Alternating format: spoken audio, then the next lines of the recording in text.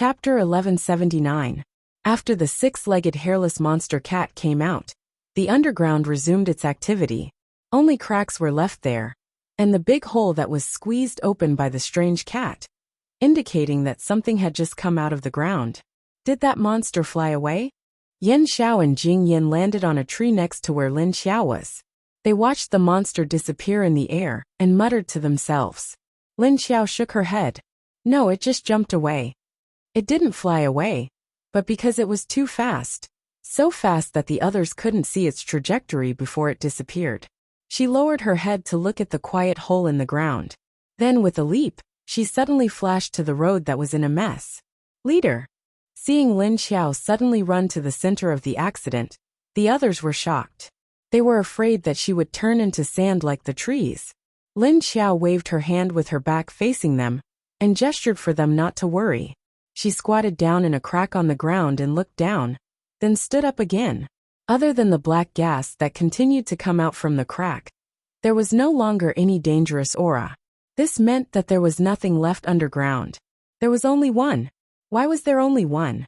Lin Xiao felt it was strange, but after carefully looking down for a while, she didn't feel any aura anymore.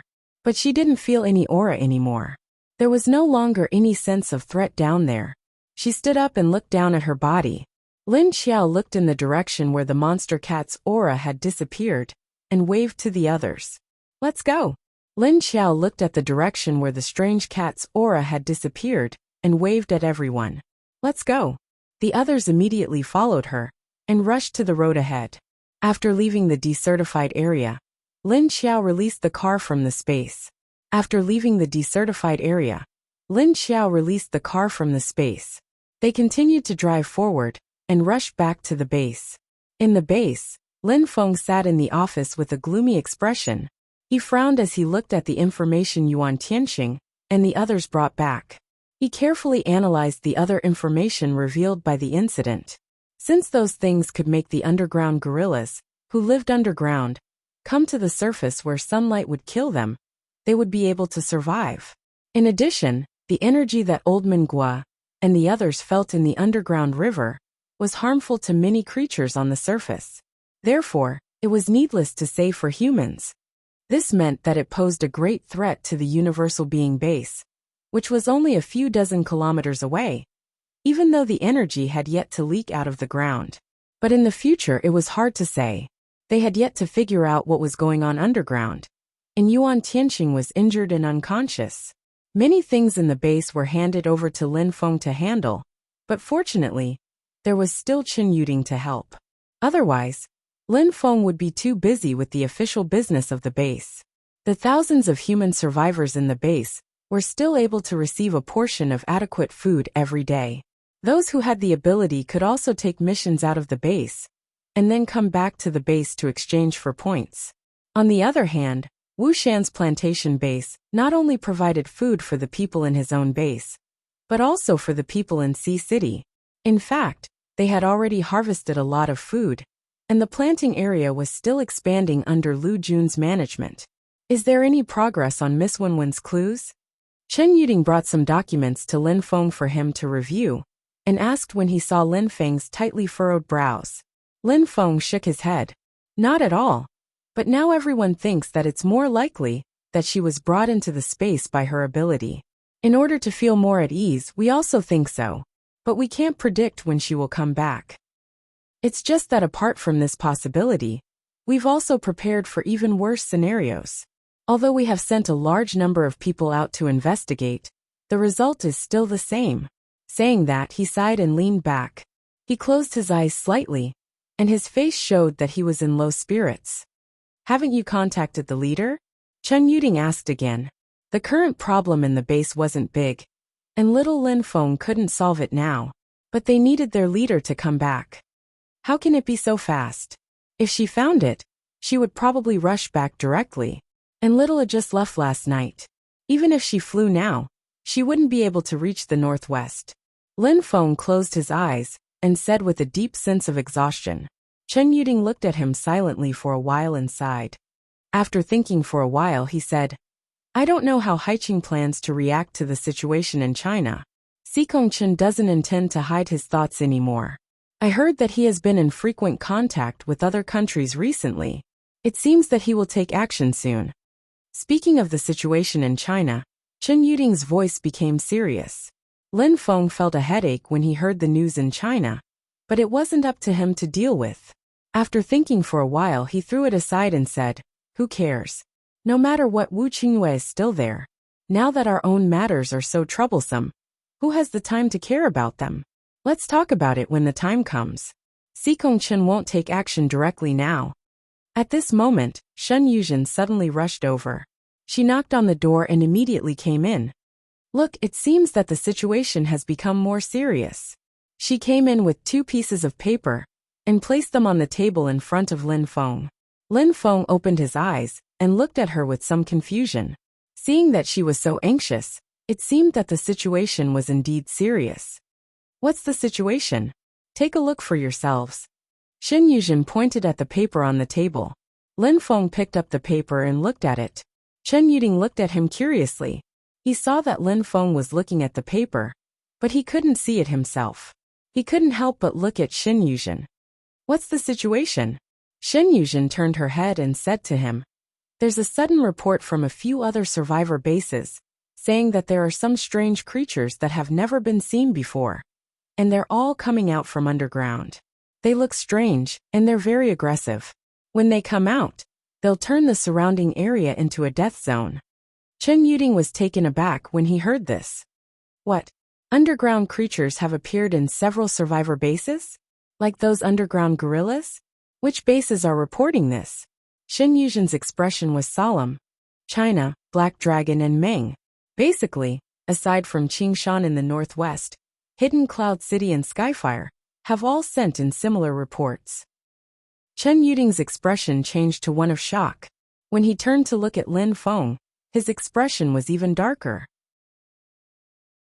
Chapter 1180.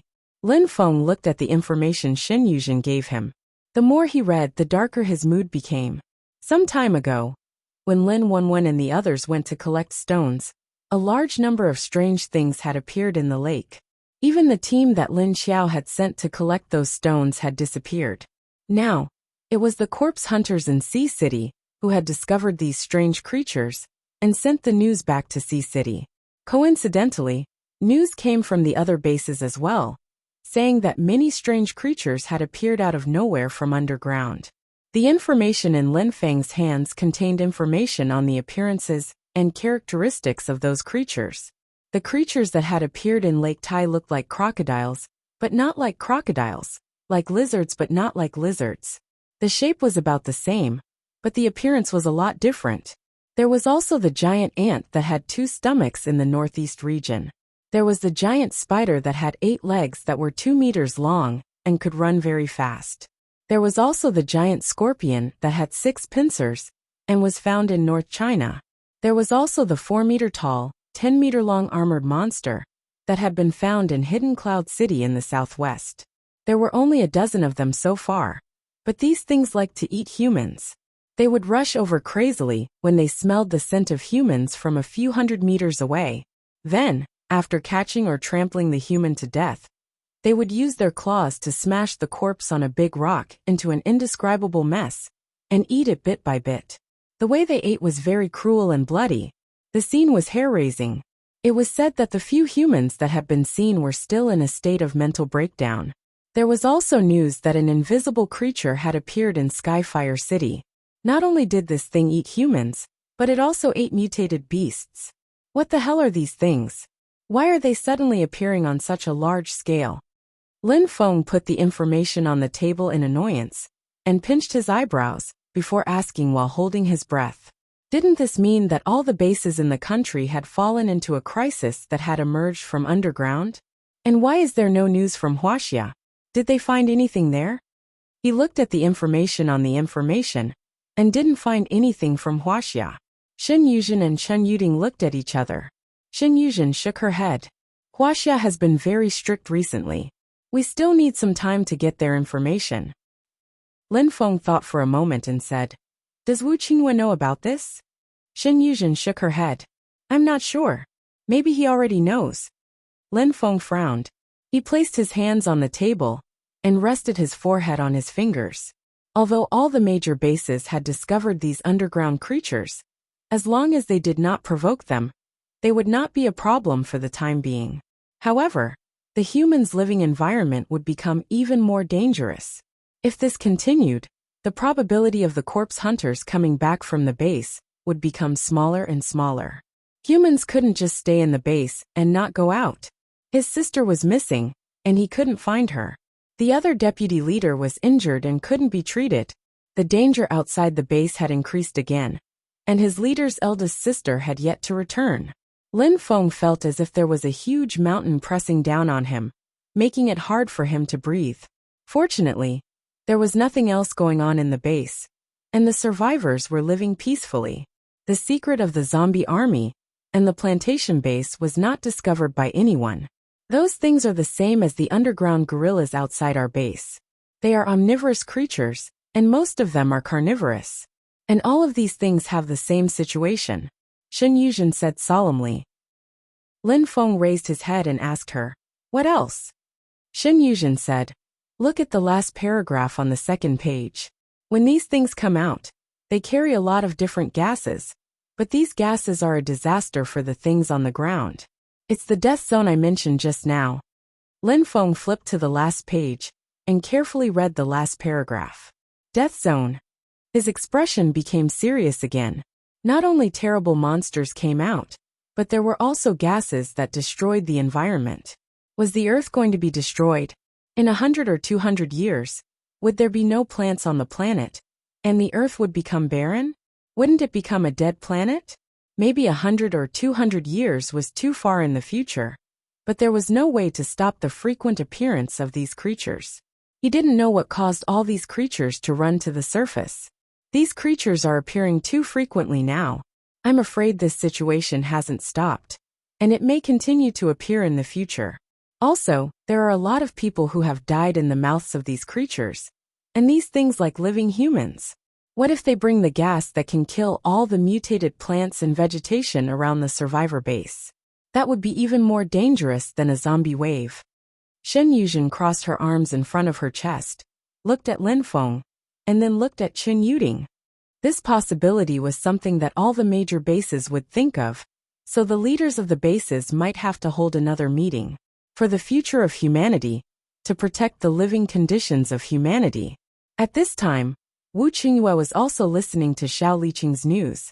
He sat on the sofa with his legs crossed, holding the information that Xiao Liqing was talking about. Tung Tung was sitting next to him with a gloomy face, hugging a milk bottle, and Wu Yueling, who was hugging a big rabbit, would stare at him from time to time. The big rabbit grew fur again, and its body size was a lot bigger. Its whole body was furry, and it was a lot heavier. The gray fur was drooping, and its two long ears were curled into a big ball on her legs, covering her entire calves.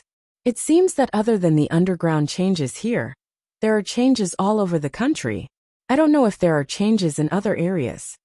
Wu Qingyue looked at the appearance of the monsters in his hands expressionlessly, and when he saw the spider and the scorpion, his eyebrows twitched. Xiao Liqing stared at his twitching eyebrows and wanted to laugh in his heart, but he pretended not to see it. Then he said quietly, "Fortunately, there are no giant centipede spirits." Wu Qingyue's face suddenly darkened, and he looked up at him. Then his handsome face smiled, and his eyes narrowed into a line. "Yes, there are no centipedes, but there are spiders." Xiao Liqing's face fell, and he said, "Cough, that's true. A 2-meter-long spider with a single leg. It's scary just thinking about it." Wu Qingyue rolled his eyes, and the smile on his face disappeared. Then he said with a serious expression, "I guess in a few days, China will send an invitation to the meeting." This was related to the living conditions of humanity. Even if China didn't want to take care of it, other small bases would probably ask him to take care of it. Chapter 1181. When Lin Xiao returned to the base, she had a gloomy aura around her. She looked at everyone with a straight face. She went to the medical center first and asked Shen Yuzhen to lead her to Lin Wenwen's room. Everyone stood outside the door and looked at her quietly. When she was still dozens of kilometers away from the base, she received news from the base. Lin Wenwen's disappearance, Yuan Tianqing's coma, and De Zhuangqiang bringing his family to the rat's nest to look for food during the day and refusing to come back. These news were not good news for her. She already had a bad feeling when she encountered a lot of abnormal creatures outside. She didn't expect that there would be more trouble waiting for her when she came back. There was a faint smell of Lin Wenwen in the room, as well as the smell of Lin Hao and Xiao Lily. When she saw Xin Yuzhen at the entrance of the base, she asked about the time and situation of Lin Wenwen's disappearance. It turned out that she disappeared less than 2 days after she left. It had been 7 or 8 days since then, but Lin Feng and Yuan Tianqing hadn't found any clues about her disappearance in the base. According to Lin Hao's last words, it was the situation he hoped for. He hoped that Lin Wenwen entered her own space when her ability was upgraded. After a period of time, when her ability was completely upgraded, she might come out. After Lin Xiao entered this room, she didn't find any clues. But the smell that Lin Wenwen left behind gave her a premonition. This premonition wasn't dangerous, but it wasn't safe either. But Lin Xiao was a little relieved. At least it wasn't dangerous. Maybe Lin Wenwen herself had some kind of unusual good fortune. Or maybe it was like what Lin Hao said, she had entered her own space. But at least Lin Xiao could be sure that Lin Wenwen's life shouldn't be in danger. After she walked out of the room, her expression relaxed slightly. Everyone stared at her intently, wanting to ask if she had discovered anything. Looking at her expression, she must have found something. How is it? Did you see anything? Lin Hao was the first to ask. Lin Xiao shook her head. I didn't see anything, just an intuition. Her life shouldn't be in danger, so we can rest assured. Maybe it really is like what you said, she is in her own space now. Maybe she is in some kind of abnormal state, and can come out when she wakes up. Lin Hao heaved a sigh of relief when he heard what she said, but he didn't completely relax. In any case, as long as he didn't see Lin Wenwen return in person, he would not be completely at ease. Lin Xiao clapped his hands and said to the worried crowd, "Don't worry, no one else has been in this room, so I don't think she was taken away by someone." Then, Lin Xiao went to Yuan Tianqing's place. When she saw Yuan Tianqing's appearance, she frowned as if she had a headache. She closed her eyes and sighed. Then she opened her eyes and said, "Sigh, when I heard what you guys said, I guessed it must be like this." But seeing her sigh and frown, those who knew her had a bad feeling. Lin Hao stared at her and asked, "What about his situation? You should have a way, right?" Lin Xiao didn't answer him immediately. Instead, he put his hand into the bucket. Then, she controlled the energy in the water to enter Yuan Tianqing's body. Then she narrowed her eyes and stared at the energy in his body. When she narrowed her eyes, she saw that half of Yuan Tianqing's shoulder and chest were filled with a kind of black energy that flashed with red stars. When the green energy in the lake surrounded this energy, it couldn't dispel it, nor could it dissolve it or devour it. The green energy in the lake only had one function, which was to suppress the black flashing energy from expanding, because the black flashing energy was very active and very fierce.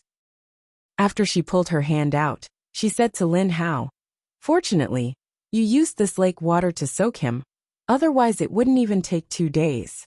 Otherwise, his whole body would have become this color." Lin Hao asked her anxiously, "How is it? Can you get rid of this energy in his body?" Lin Xiao shook her head. "It's useless. The energy in the lake can only suppress this kind of energy.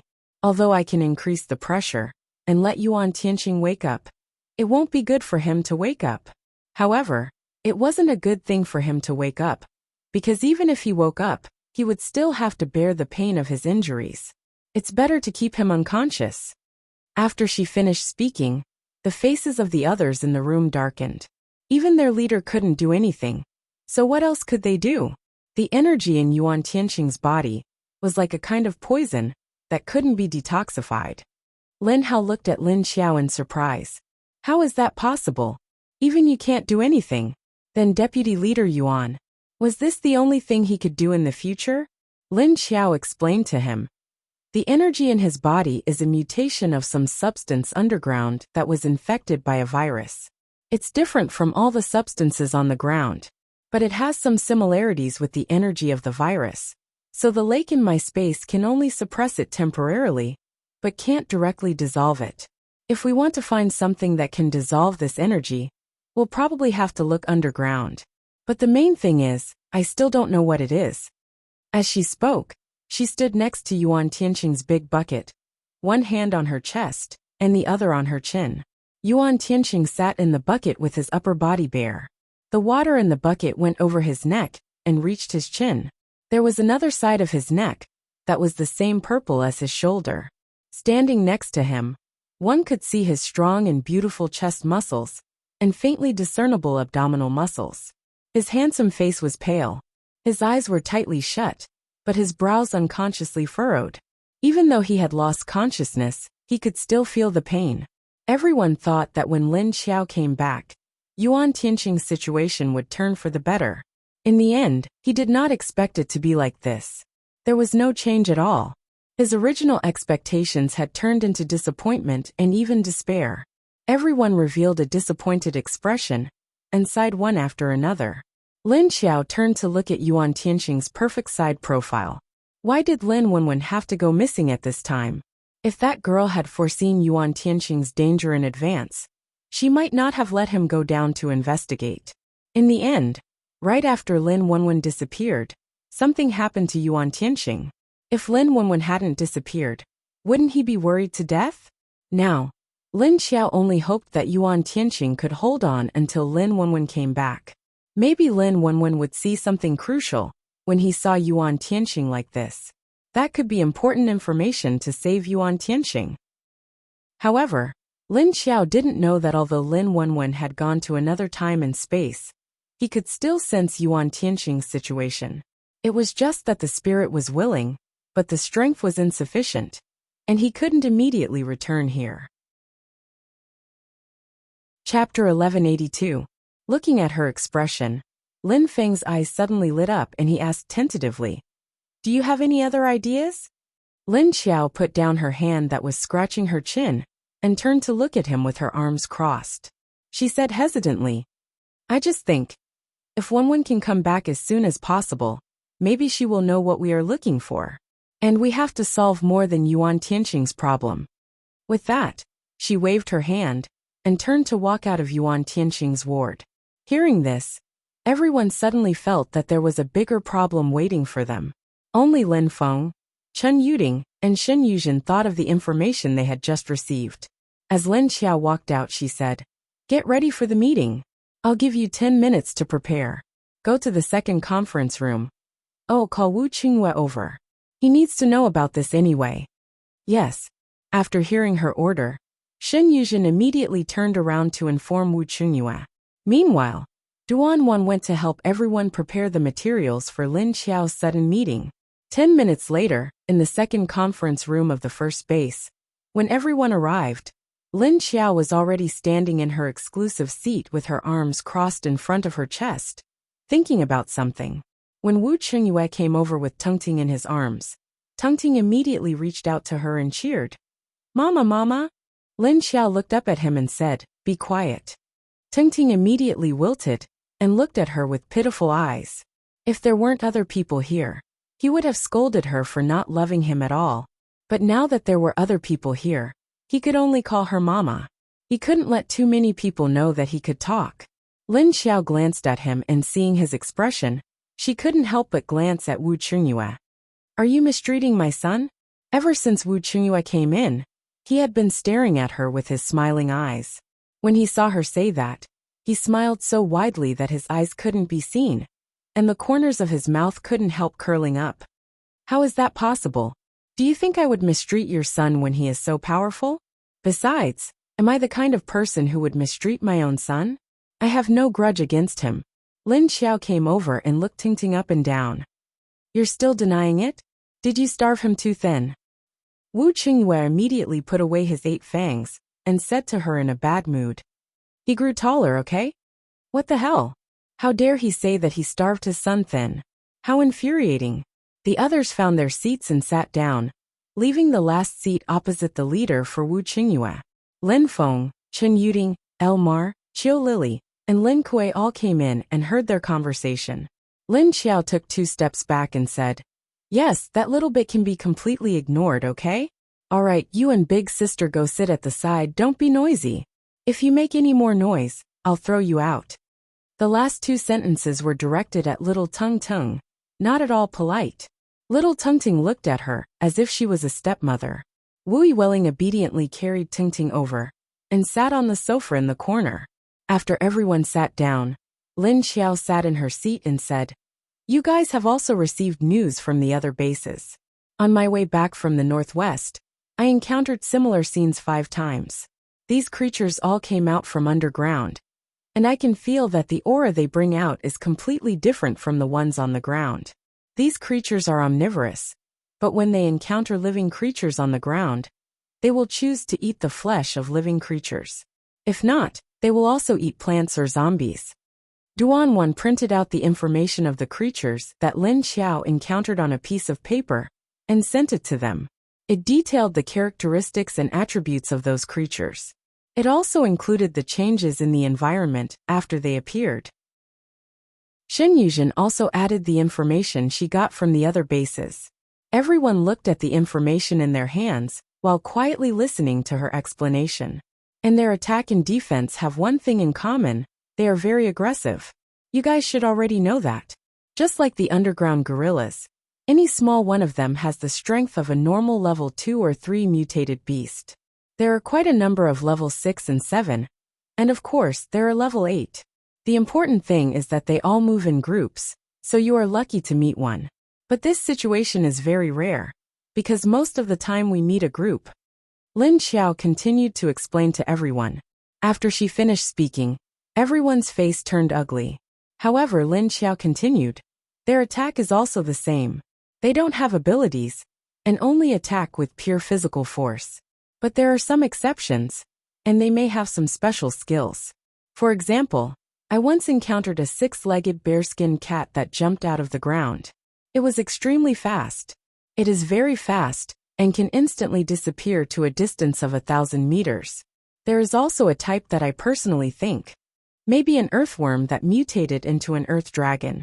They have a big mouth with a circle of teeth, but a mouthful of saliva can melt a 200 to 300 kilogram large rock. And this is their attack, and also their defense, which means that no ability has any effect on them. Perhaps only a single type of superpower can cause some damage to them. In other words, the ability attacks of humans and zombies are useless against them. They can only use primitive means of attack, such as blades and hot weapons or sharp claws. But they also have skin and shells that are harder than steel. Other than these 2 points, I have something else to say. These omnivorous creatures especially like to eat humans. When they smell humans, they will even seem very excited and crazy. So I think it won't be long before all the major survival bases will be targeted.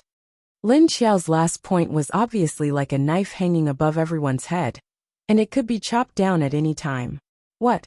They will still take the initiative to attack human bases? Xiao Lily was the first to lose her composure. Her pair of red glass-like eyes stared and immediately asked. Lin Xiao said to her, "They have an abnormal desire for humans. They may not care before they eat humans, but once they eat humans, they will have a strong desire. Just like human drug addicts, after taking it once, they can't forget it and become very eager to eat humans. But they won't have a relapse like humans." After hearing what he said, Xiao Lily immediately felt a sense of horror, and suddenly felt a little sympathy for other humans. As humans, they were targeted by these monsters from the underground, and became their delicious food. Chapter 1183.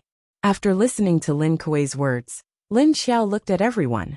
Then he nodded and said, "That's right. Moreover, these creatures especially like to eat ordinary people without abilities. I reckon they will follow the smell to find us." "That can't be. Then what should we do? Aren't those things hard to kill?" Xiao Lily immediately asked anxiously.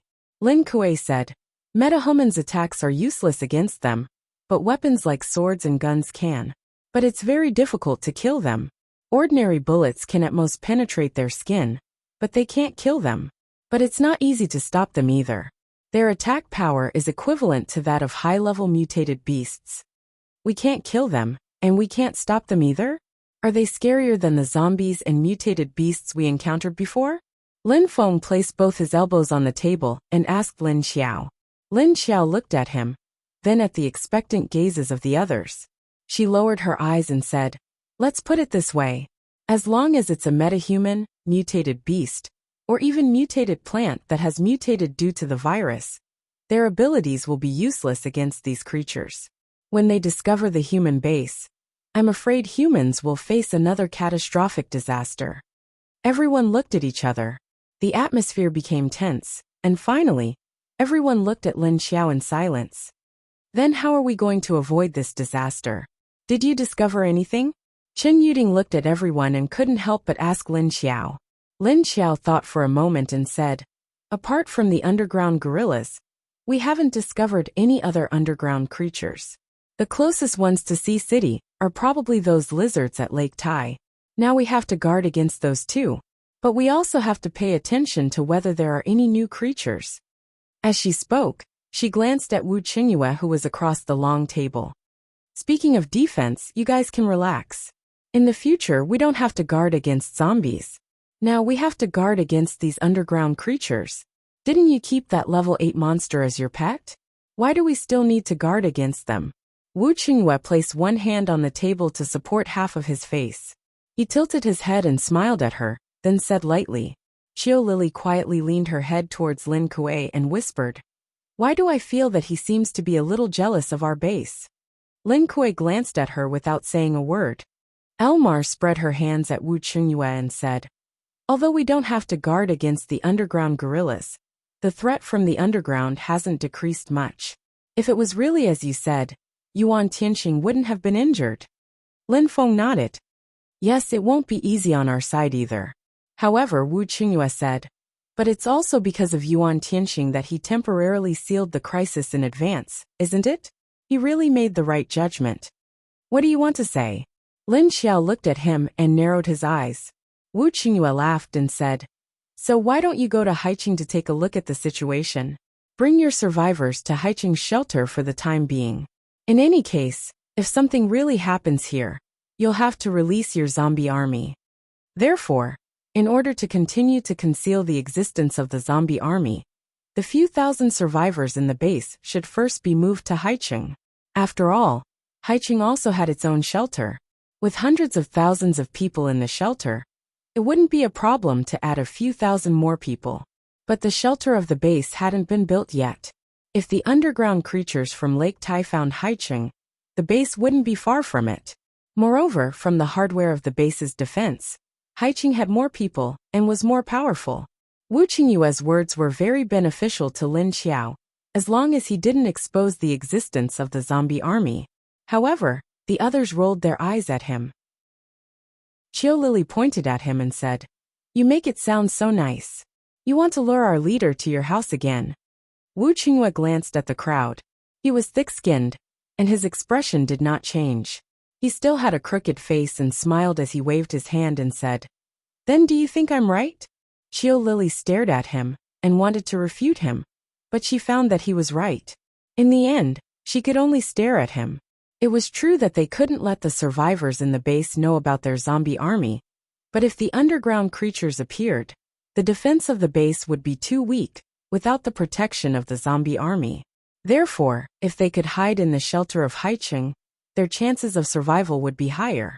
Lin Xiao knocked on the table and said, "Let's not talk about the shelter for now. Let's see what China is planning. After Sikong Chun understands the characteristics of these creatures, I think he should make a move. He might use this meeting as a cover and do something else in secret. How's the progress on your side?" The last question was asked to Wu Qingyue. She had met Sikong Chun in the northwest, and he was in such a hurry to get the 9th level energy core. He must have some urgent plans. However, because of her appearance, the other party's plans had failed. They would definitely make other plans. There should be some clues. China's security is very tight now. If Sikong Chun didn't go out this time, my people wouldn't have the chance to get this information. Wu Qingyue didn't care much about Sikong Chun's actions. In that case, the first thing we need to do is to keep an eye on the movements of these creatures. We need to prepare to evacuate the people as soon as possible. We can't let everyone hide in the shelter now. We don't know how long it will take, and it might cause panic among the people. That might cause more problems. Lin Xiao thought about it and looked at everyone. Do you have any objections? The others shook their heads and didn't have any objections. Just as she said, they didn't know when those things would come, and they couldn't be sure when the disaster would come. They still had to make preparations, but they could only wait until they had no other choice to enter the shelter. After all, they didn't know how long they would have to survive in the shelter. They had to prepare the food and water again. However, adding resources couldn't be done in a short period of time. They still needed some time to prepare. Wu Qingyue waved his hand and said, I do. So, does this mean you agreed to go to Haiqing with me? Survey the shelter's defense facilities, the environment, and so on. Lin Xiao didn't wait for him to finish. She waved her hand and said, Who said I agreed?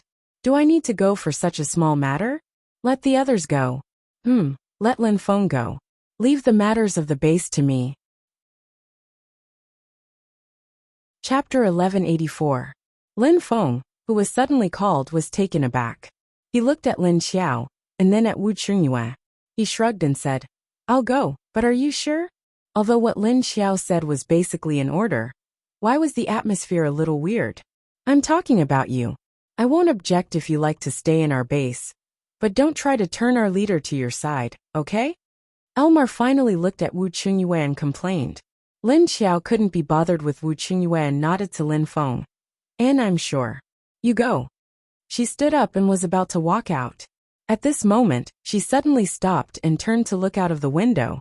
That was the direction of the gate that she came from not long ago. Awoo! A strange beast roar came from afar. And, what's that sound? The captain of the guards at the gate turned to look in that direction in confusion. A skinny figure appeared on the top of the wall. He was sitting on the platform by the wall, wearing a mask that covered the lower half of his face.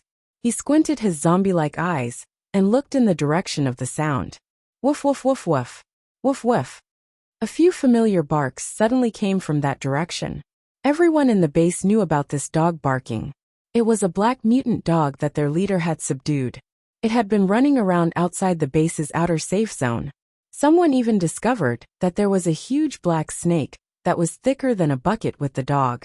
There seemed to be another one, but no one saw what it was. That sound, is it the leader's dog? The captain at the gate asked in confusion after hearing the dog barking. What was that sound just now? A guard beside him asked curiously. The captain shook his head. I don't know, I've never heard that sound before. The little man on the top of the wall put down the book in his hand, then stood up and looked into the distance. Roar woof. Another loud dog barking came from afar. This sound, although it's also a dog, it doesn't seem to be the leader's?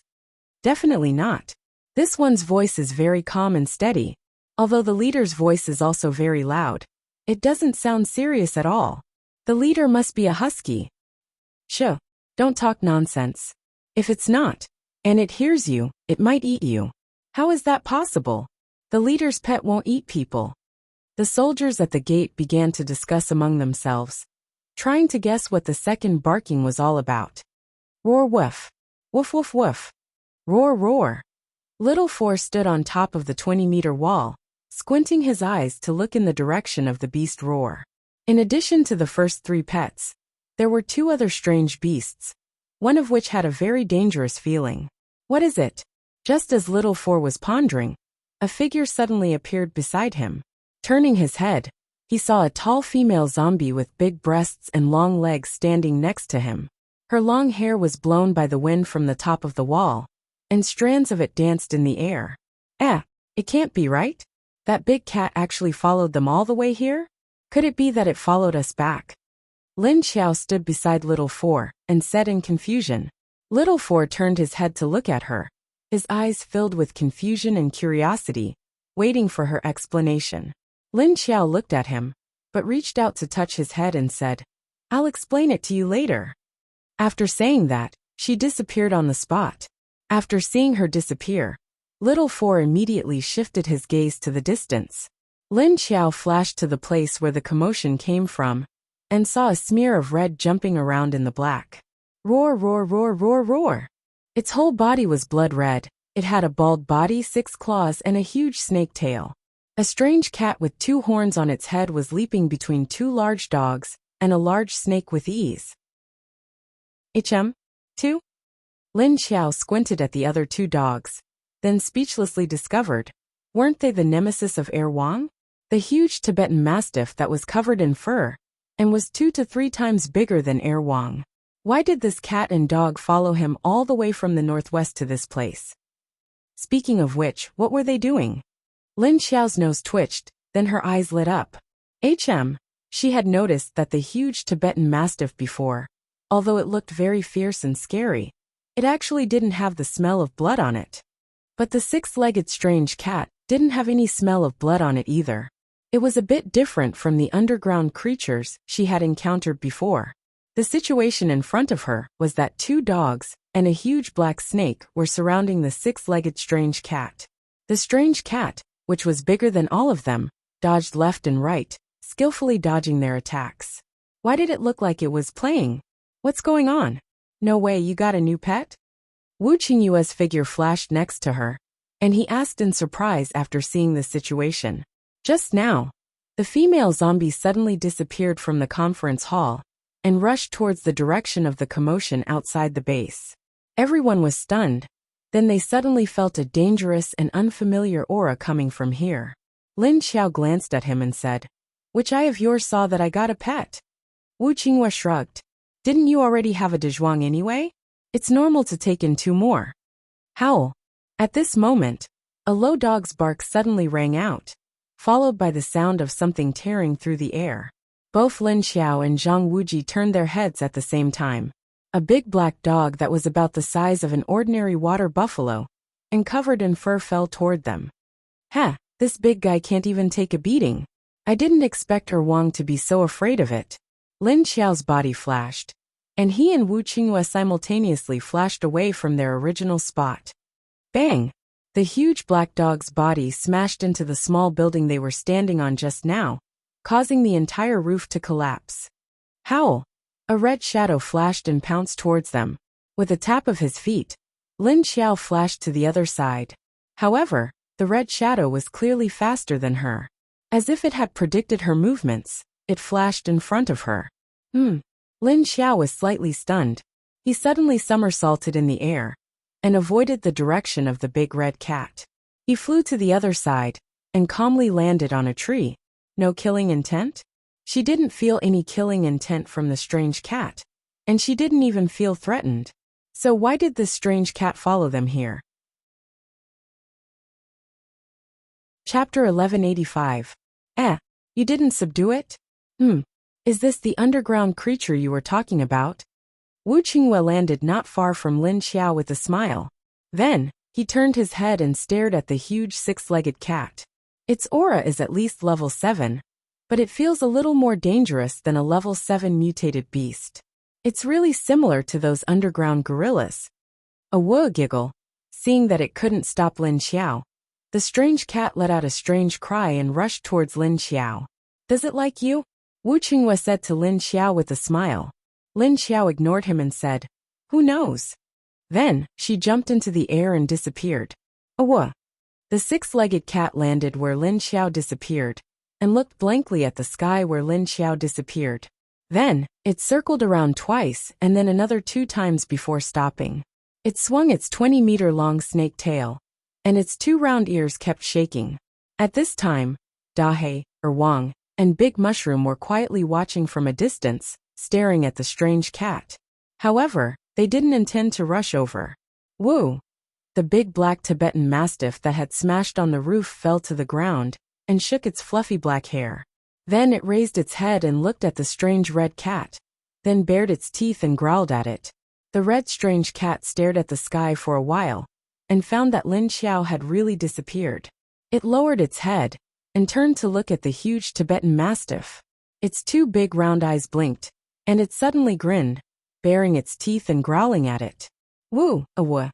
After being growled by the strange cat, the Tibetan Mastiff became even more excited. It seemed that it wasn't afraid of the cat's aura, which might be more powerful than itself. Seeing that the mastiff was not afraid of it at all, the strange cat became fiercer. It suddenly stopped baring its teeth and snorted at the Tibetan mastiff disdainfully. Then it turned around and faced the mastiff with its back. Then it bent its 6 legs slightly and jumped into the air. Finally, it disappeared in the air. After it disappeared, Lin Xiao appeared on the roof of a building. Woof! After the strange cat disappeared, Lin Xiao came out again. Air Wang and Dahe flashed, and immediately appeared on the roof beside Lin Xiao. Lin Xiao looked at the direction in which the strange cat had left, and then at the Tibetan mastiff, who had regained its composure. Just a moment ago, he was still fiercely baring his white teeth, but now he had regained his calm appearance.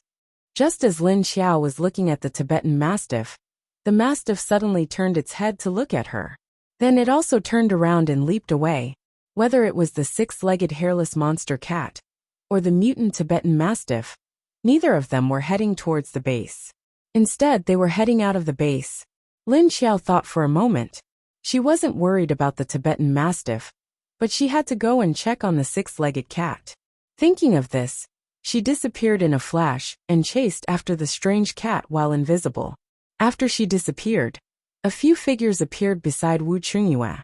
Qiu Lily sniffed and frowned. What's that smell? Is it the smell of that monster? Lin Feng looked around and found that the damage around them was not very serious. There was even no energy fluctuation. He didn't know what those mutant beasts were doing here to make such a big noise. It seemed that they had only roared a few times. Lin Kuei sniffed and said, I've encountered this smell before. Is it that red cat? Qiu Lily's eyes immediately lit up when she heard that it was a cat. She didn't care about the smell that she had just disliked. She looked at him and asked, Cat? What cat? What does it look like? Lin Kuei thought for a moment and said, It's as big as a buffalo and has 6 claws. It also has 2 horns on its head and no hair on its body. It's smooth and red. And it has a long tail that looks like a snake. Hearing this, Qiu Lily's enthusiasm was immediately extinguished. No hair. And 6 legs? And a snake tail? Imagining it, it looked really weird when they were put together. Where did you meet it before? Lin Feng suddenly thought of a question and asked. We met it before we left the northwest area. I didn't expect it to appear here so soon. It might have followed us here. Lin Kuei replied, his expression becoming somewhat serious. So why did this monster follow them here? Everyone had the same question in their minds. Lin Xiao rose into the air and controlled her energy to chase after the strange cat. She thought that it would be very far, but not long after, she followed the strange cat and stopped at the edge of the wetland forest near the West Lake. Although it had a huge body and 6 legs, it was very light when it walked. It didn't even make any sound when it walked. Its aura was so strong that the surrounding mutant beasts all ran away. Lin Xiao landed on a tree and observed its movements in confusion. She saw that the strange cat seemed to be looking for something in the forest. After a while she saw it stop slightly. In front of it was a mutant plant. It was a level 5 mutant tree with many red fruits hanging on its branches. The strange cat looked up at the fruits, then looked left and right. Then it suddenly swung its tail upwards. Pa pa pa. The fruits on the branches were swung down by its tail like a giant whip. Then, Lin Xiao saw the strange cat walk over and lower its head to look for something in the grass. A thought flashed through Lin Xiao's mind as she stared at the strange cat's figure in disbelief. Very quickly, the strange cat picked up a fruit from the bushes and swallowed it. Lin Xiao's expression immediately became strange. This big cat is a vegetarian? No way. Other people eat meat. Why are you a vegetarian? What's more, the cats on the ground ate meat. Why do you only look like a cat?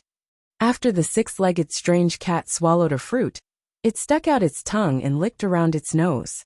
Then, it slowly swung its tail left and right, then lowered its head to pick up fruits from the grass to eat. Lin Xiao quietly watched as it ate all the fruits it had just picked up, and began to hit the fruits with its tail again. Only then did she turn around and leave. No wonder she couldn't smell blood from it. This big guy was really a vegetarian. But why did it appear outside the base just now? And when she appeared, it seemed to be very excited. When Lin Xiao returned to the outskirts of the base, Air Wang and the others had already run to the mountain near the Wuxian plantation base. After returning home, Lin Xiao looked at the two little ones sitting in the living room, but there was no trace of Wu Qingyue. She asked curiously, "Lingling, where's your dad?" Wu Yueling raised her head and shook her head, indicating that she didn't know either. Lin Xiao raised his head and looked around in confusion. Chapter 1186. Lin Xiao looked around suspiciously. He had clearly sensed Wu Qingyue's aura just now. Why did she disappear the moment she came in? But in the next second, she abruptly turned her head back. Her vision darkened, and then she felt warmth on her lips. Then, an arm suddenly wrapped around her waist, and she was carried into someone's embrace. However, just as his lips felt warm, Lin Xiao reflexively grabbed his entire face and quickly pressed it back. She turned her head and said, "Can't you be more careful in front of children? How could this man be so thick-skinned? He actually did this kind of thing to her in front of a child. Besides, did she agree to it?" The two kids sitting on the sofa looked at her calmly. Then Ting said, "We didn't see anything." Then he glanced at Wu Yueling. Wu Yueling narrowed her eyes at him. Then, he lowered his head and continued drawing. Wu Qingyue put his arm around Lin Xiao's waist and smiled at her. "See, just pretend that they don't exist." Lin Xiao. Tung pointed at Wu Qingyue and said, "It's not good to pretend that we don't exist.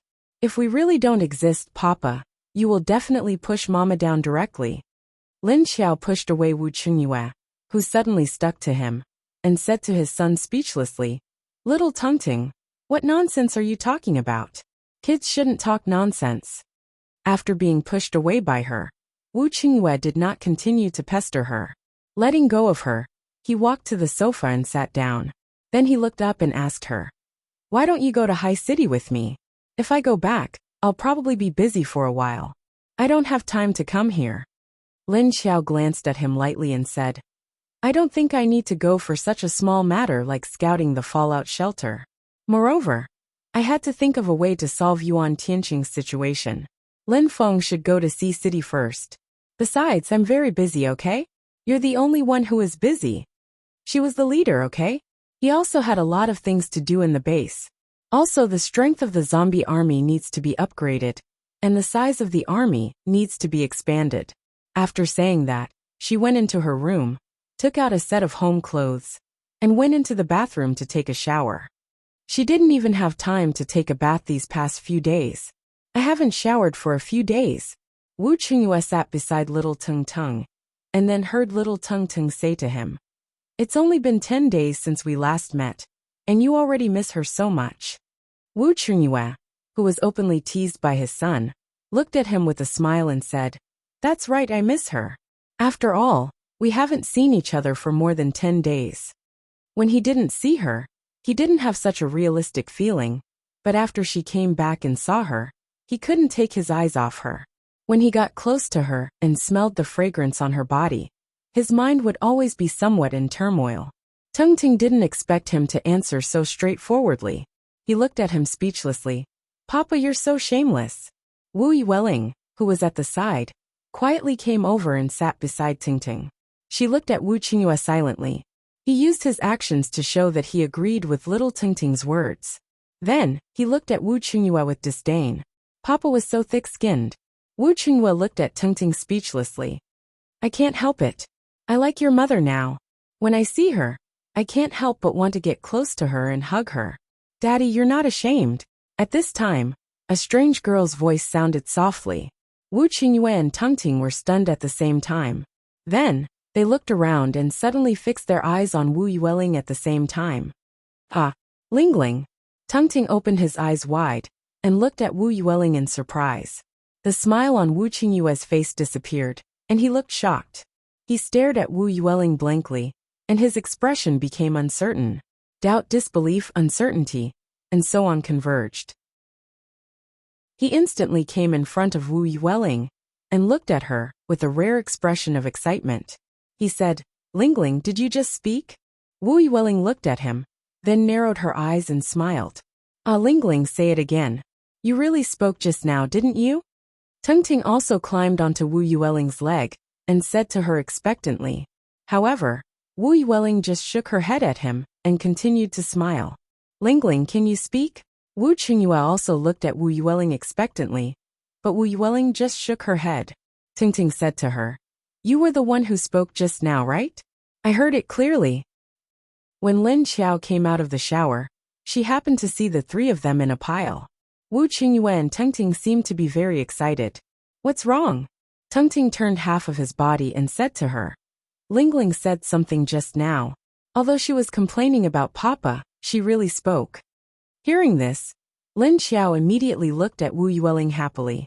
She asked, Oh, can Lingling speak again? Can she still speak now? As she spoke, she walked over and stood beside her, bending over to look at her. Wu Yueling had just shook her head at Tingting and Wu Qingyue, but now she nodded to Lin Xiao and answered, yes. Tingting immediately said to Wu Yueling jealously, Ah, Lingling, you are biased.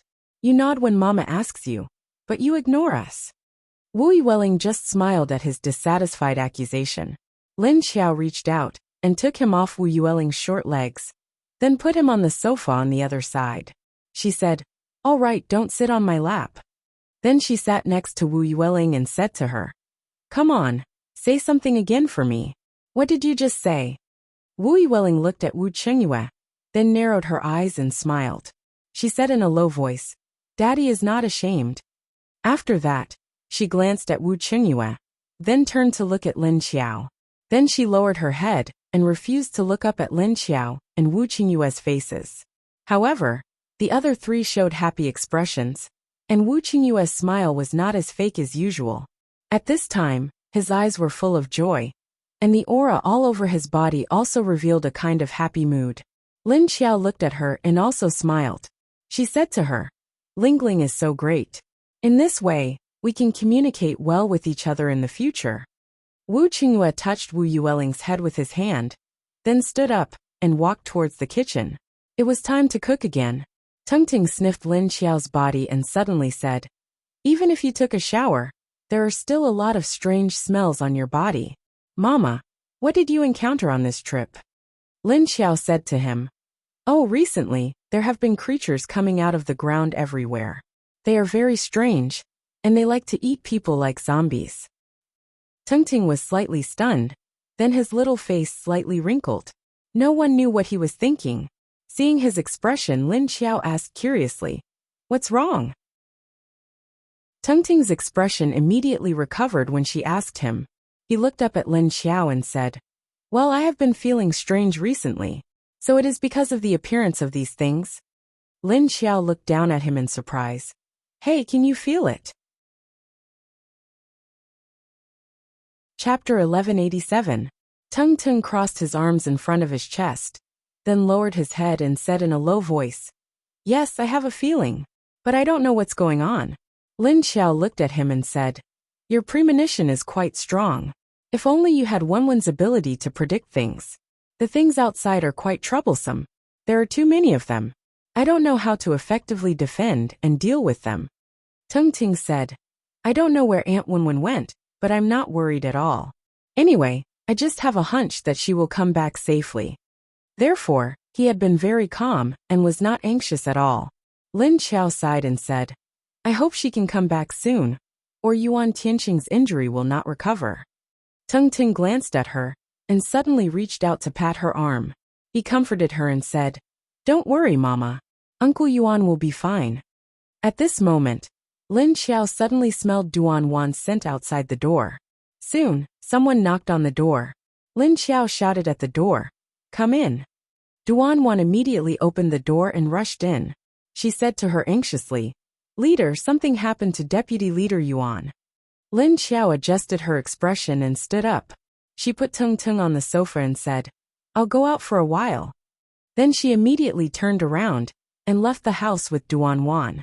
After Wu Qingyue came out, he looked at the empty living room speechlessly and asked the two little ones, She left again? The two little ones turned their heads and nodded at him. Wu Qingyue said helplessly, She just came back to take a shower, but she went out again. On the other side, Lin Xiao and Duan Wan quickly arrived at Yuan Tianqing's ward. They saw Lin Hao standing in the room with a frown. They knew that the situation was bad at first glance. "What's wrong?" Lin Xiao asked as she walked in. At the same time, she looked at Yuan Tianxing, who was still soaking in the bucket. Then she saw a patch of purple. Lin Xiao's expression darkened.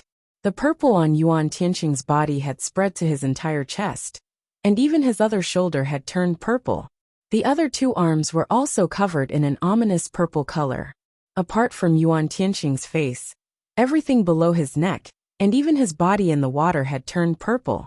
Lin Xiao squinted his eyes to see through the energy situation in his body. He saw that the black energy, with flashing red stars, was covering his entire body. The green energy in the water had completely disappeared. Even the green energy that Lin Xiao had controlled to enter Yuan Tianxing's body, to suppress the black energy, had disappeared. Why did it suddenly start to spread? It was clearly fine a few hours ago. Why did the energy suddenly go berserk? Lin Xiao frowned as he stared at Yuan Tianxing's body. Then, he suddenly reached out to drag Yuan Tianxing out of the bucket, and placed him on the bed, dripping wet. Then he poured 3 cups of lake water into his mouth, and quickly emptied the bucket of water into the new lake water. Finally, he picked Yuan Tianxing up, and threw him into the bucket. Then, he reached into the water, and controlled the energy in the water to enter Yuan Tianxing's body. While controlling the energy in the water, she asked Lin Hao, "How did it suddenly become like this? What did you do before?" Lin Hao shook his head and said, "No, I didn't do anything. Suddenly, I became like this." The green energy in the water once again entered Yuan Tianxing's body through his pores, and began to suppress the black energy, slowly calming it down. Lin Hao looked at her actions, thought for a moment and said, "Maybe it's because the energy in the water has been used up." Lin Xiao looked at him doubtfully. "But you were fine when you soaked him like this for a few days." Lin Hao waved his hand at her. "No, there was no one in the water controlling the energy, and the energy was not stimulated before. Maybe after you came back, you controlled the energy in the water into his body, and as a result, the activity of the energy was stimulated." Lin Xiao said speechlessly. "In the end, I did the opposite of what I wanted." Lin Hao shook his head again. "Not really. If you didn't control the energy in the lake, and continued to suppress the energy, it probably wouldn't take long for him to become like this. As long as you don't completely expel the abnormal energy, it will also spread." Lin Xiao sighed and said, "Even my lake water can't do anything about it. The situation now is really tricky. Be it Yuan Tianxing's current situation, or the other creatures that appeared." Looking at Yuan Tianxing, Lin Xiao suddenly said, "If Wenwen comes back and sees him like this, she will probably be anxious to death." At this time, after Lin Wenwen returned to the Dong family's mansion that night, she felt uneasy for a few days. That feeling gradually calmed down. There were no longer any images in her mind. Then she still worked hard every day to lose weight. After more than a week of perseverance, Dong Xinxin's body was finally not so weak. Moreover, his body movements were getting more and more relaxed. However, his body shape was still the same as before, and he had only lost a few kilograms of weight. However, the time Dong Xinxin was awake was getting longer, and the time he slept was also getting shorter and shorter. Still working out. Dong Lijia opened the door and poked her head in, looking at Lin Wenwen, who was still on the treadmill. Lin Wenwen used Dong Xinxin's fat body to run on the treadmill. She was sweating profusely, and the hair on the side of her forehead was soaked with sweat. Her face was also very red, and she was breathing heavily through her nose, but her teeth were clenched tightly. Her feet were jogging rhythmically, and it seemed that she had been running for a long time. Dong Lijia walked over, stood beside her, looked at her, and said, "You are really working hard to help Xinxin lose weight." In the past few days, he had been chasing Lin Wenwen to prove that she was not a man. But no matter how Lin Wenwen tried to prove it, he did not believe it. Lin Wenwen was so angry that every time she came back, she would beat him up to calm down.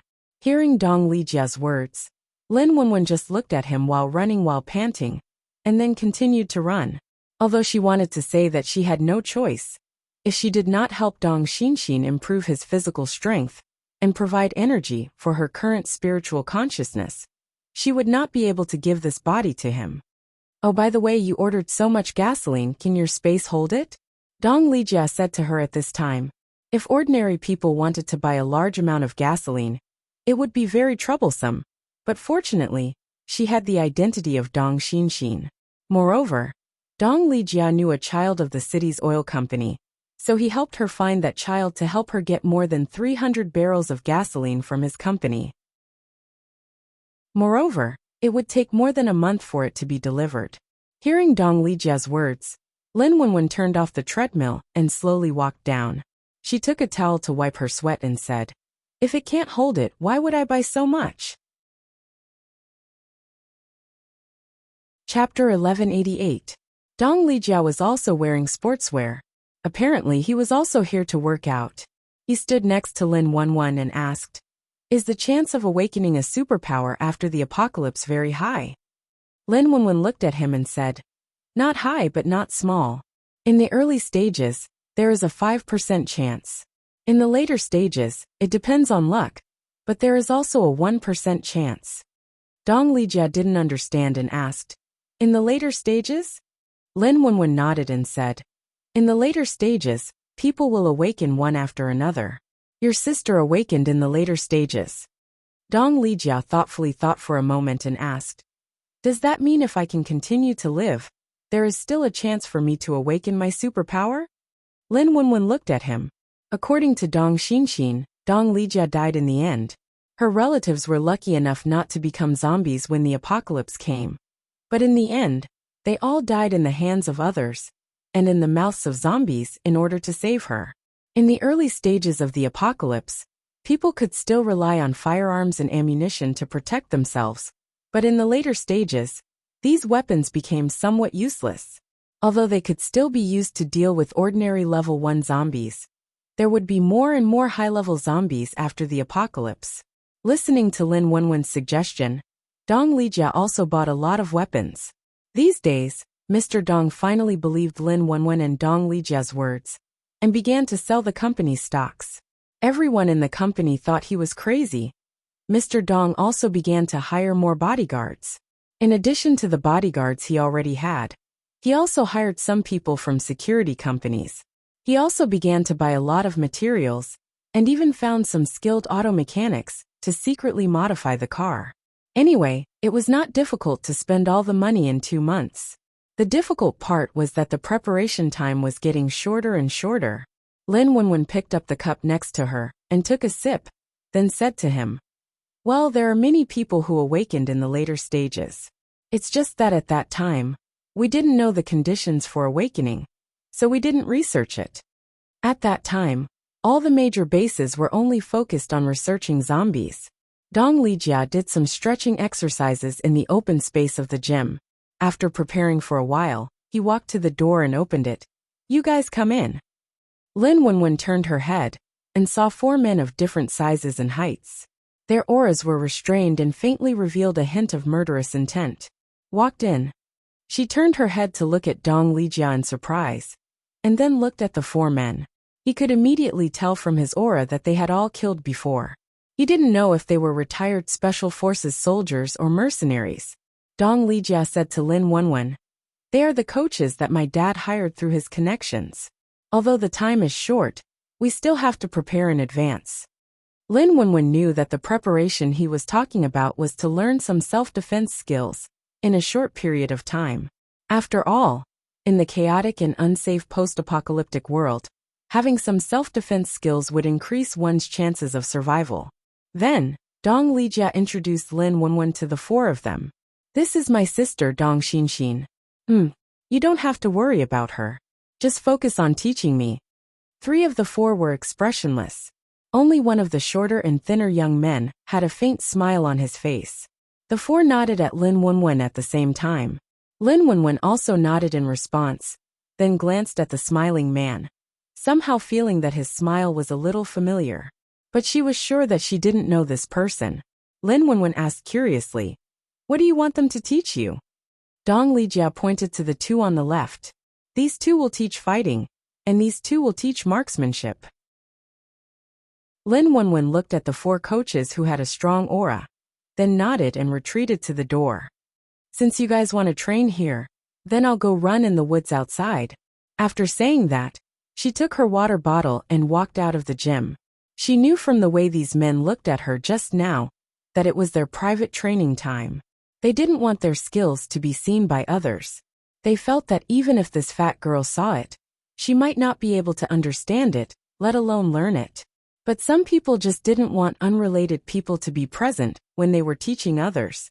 Lin Wenwen took the towel and water bottle out of the gym, went down the living room, and walked out from the back door. Then, one of the two bodyguards at the back door automatically came out and took the water bottle and towel from her.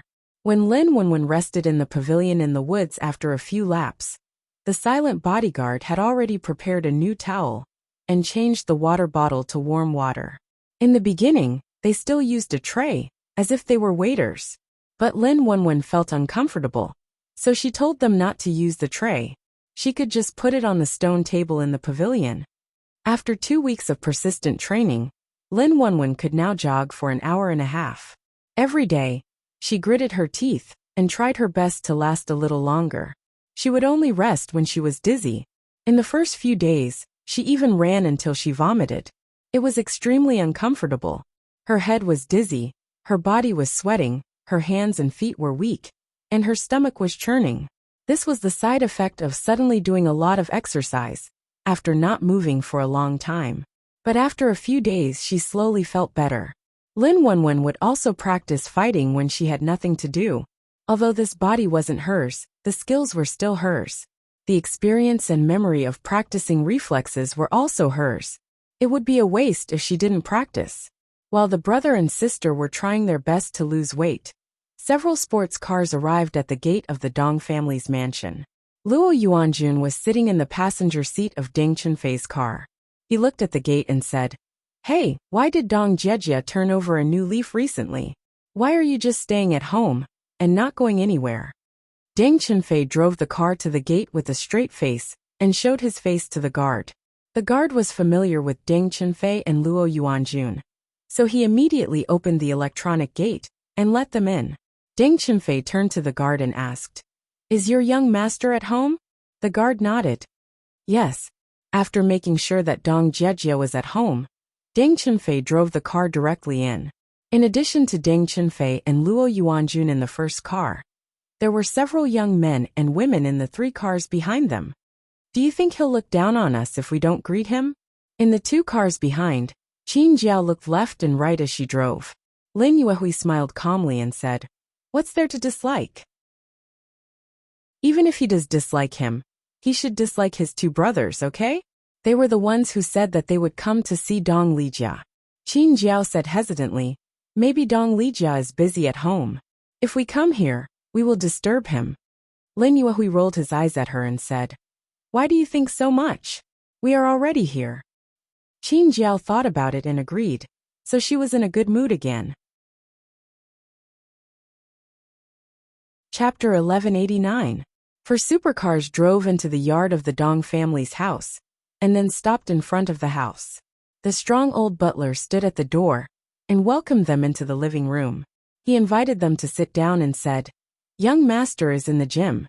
I'll call him down. Please wait a moment." Deng Chunfei nodded to him politely. Luo Yuanjun asked curiously, "He's working out at this time? What has Dong Jejia been doing recently?" The others were also puzzled when they heard the old butler say that Dong Lijia was in the gym. The old butler just smiled and shook his head, saying, "I don't know what young master is thinking. Why don't you ask him yourself later?" After that, he turned around and went upstairs. He asked servants to serve coffee and tea to the young masters and ladies. Dong Lijia was being tortured by several coaches in the gym when someone knocked on the door. The smiling coach was standing by the door. He turned around and opened the door. Seeing the old butler, he let him in. "Young master, Chunfei, several young masters and Miss Qin are here to see you." At this time, Dong Lijia, who was lying on the ground without any image, got up and wiped the sweat on his face with a towel. He gasped and said doubtfully, "What are they doing here? Why didn't they tell us in advance?" The old butler smiled and said, "They are waiting in the living room now." Dong Lijia nodded. "I see. Tell them I'll take a shower and go down." Well, that's all for today. He said the last sentence to the coaches. The coaches nodded to him and found their own shirts to put on. Even though there was air conditioning here, they still sweated a lot after strenuous exercise. Anyway, they were all men, so they simply took off their shirts. In fact, Dong Lijia had been working out and had learned 1 or 2 kinds of martial arts, but he seldom practiced them. After all, he used to learn martial arts just to avoid being kidnapped or to exercise, so he didn't pay much attention to it. So now he had learned some martial arts. But if he really encountered an actual combat, he would have to rely on his reflexes. He asked these 4 coaches to come just to make a last-minute effort. But no matter what, an additional skill was an additional layer of protection, and it was a guarantee of life. Lin Wenwen ran a few laps and returned to the pavilion. He asked the 2 bodyguards. A car just came in. Who is it? One of them replied, they are young master's friends, as well as Miss Qin and Miss Lin. When Lin Wenwen heard the last 2 words, a sense of annoyance flashed across his heart. Pursing his lips, he didn't say anything. After wiping his sweat, he drank some water and rested for a while. Then he said to one of them, go see if the gym is empty. I'll use it when it's free. Yes. Since those people were here, Dong Lijia definitely wouldn't continue practicing. She hoped that the 2 women would be tactful and not notice her. After taking a shower, Dong Lijia came down and saw a bunch of people in the living room. He was immediately speechless. Why are you guys so free today? What are we doing here? Deng Chenfei leaned against the sofa and looked at him without saying a word. But Luo Yuanjun was not as calm as him. She immediately jumped up, strode over, put her arm around Dong Lijia's neck and asked him, I say, have you found a new lover recently? Do you know that you've given us the cold shoulder for several days? We agreed to go to Seaside City to have fun these 2 days. Have you forgotten? When Dong Lijia heard this, he immediately remembered that this activity seemed to have been planned before the school holidays. What an exciting and refreshing experience it was to race on the green wooded road by the sea on a summer night. In the past, he could still think about these enjoyable things. But now he thought that the end of the world would come in more than 70 days. How could he still be in the mood to have fun? At this time, Lin Wenwen, who received the bodyguard's news that the gym was empty, was coming in from the back door and was about to go upstairs. But she heard Luo Yuanjuan's words. She froze for a moment because Dong Xinxin in her mind told her to stop. Dong Xinxin said to her, let's go too. Lin Wenwen glanced at the living room and asked her doubtfully, are you sure? Dong Xinxin said, think about it. The life after the end of the world has made us fall into the despair and stress of survival. How can we go back to the current era of easy enjoyment? Anyway, we've all lived through the 7 years of the end of the world. It's better to let go of the end of the world first. Let's relax ourselves. Lin Wenwen heard the expectation in her tone and could not help asking, do you like the sea very much? Dong Xinxin was silent for a while and said with a kind of regret, I've never seen the sea with my own eyes. Every time I see it on TV or on the internet.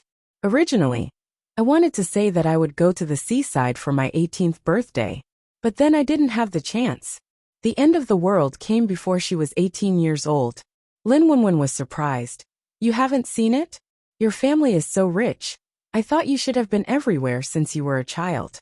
Dong Xinxin said, I was introverted when I was a child and didn't like to go far. When I grew up, my brother was busy with his studies, so I was the same. My parents were also very busy, so I never found the right time to go. Lin Wenwen thought for a while and then agreed. Since you want to see the sea, then go. Anyway, the sea after the end of the world could no longer have blue sky and white clouds along the coastline. After the end of the world, the sea was black and the sky was gray. There were all kinds of mutant plants on the beach, and all kinds of mutant sea beasts in the sea. After Lin Wenwen stood for a while, he was soon noticed by someone in the living room. Xinxin, you're here too. When Qin Jiao saw Lin Wenwen standing there in Dong Xinxin's body, her eyes immediately darkened. Then she greeted her with a smile. As soon as she spoke, everyone immediately turned to look at the direction she was looking at. They saw Dong Xinxin in a loose sportswear. The hair on her forehead was still wet, and stuck to both sides of her forehead, and her face was flushed. One look, and it was obvious that she had just exercised a lot. Xin, don't tell me you're like your brother and have a healthy body? Seeing her like this, Qin Jiao asked in surprise. Wow, Pang Qiuxin, you actually know how to exercise? Are you going to fight with losing weight again? Tell me, how's the progress of the battle? How many pounds did you lose? Seeing her like this, Luo Yuanjun immediately let go of Dong Lijia and quickly moved in front of Lin Wenwen. He looked her up and down and asked in surprise. Although it sounded like he was mocking her, in fact, there was a trace of ridicule and disbelief in his tone.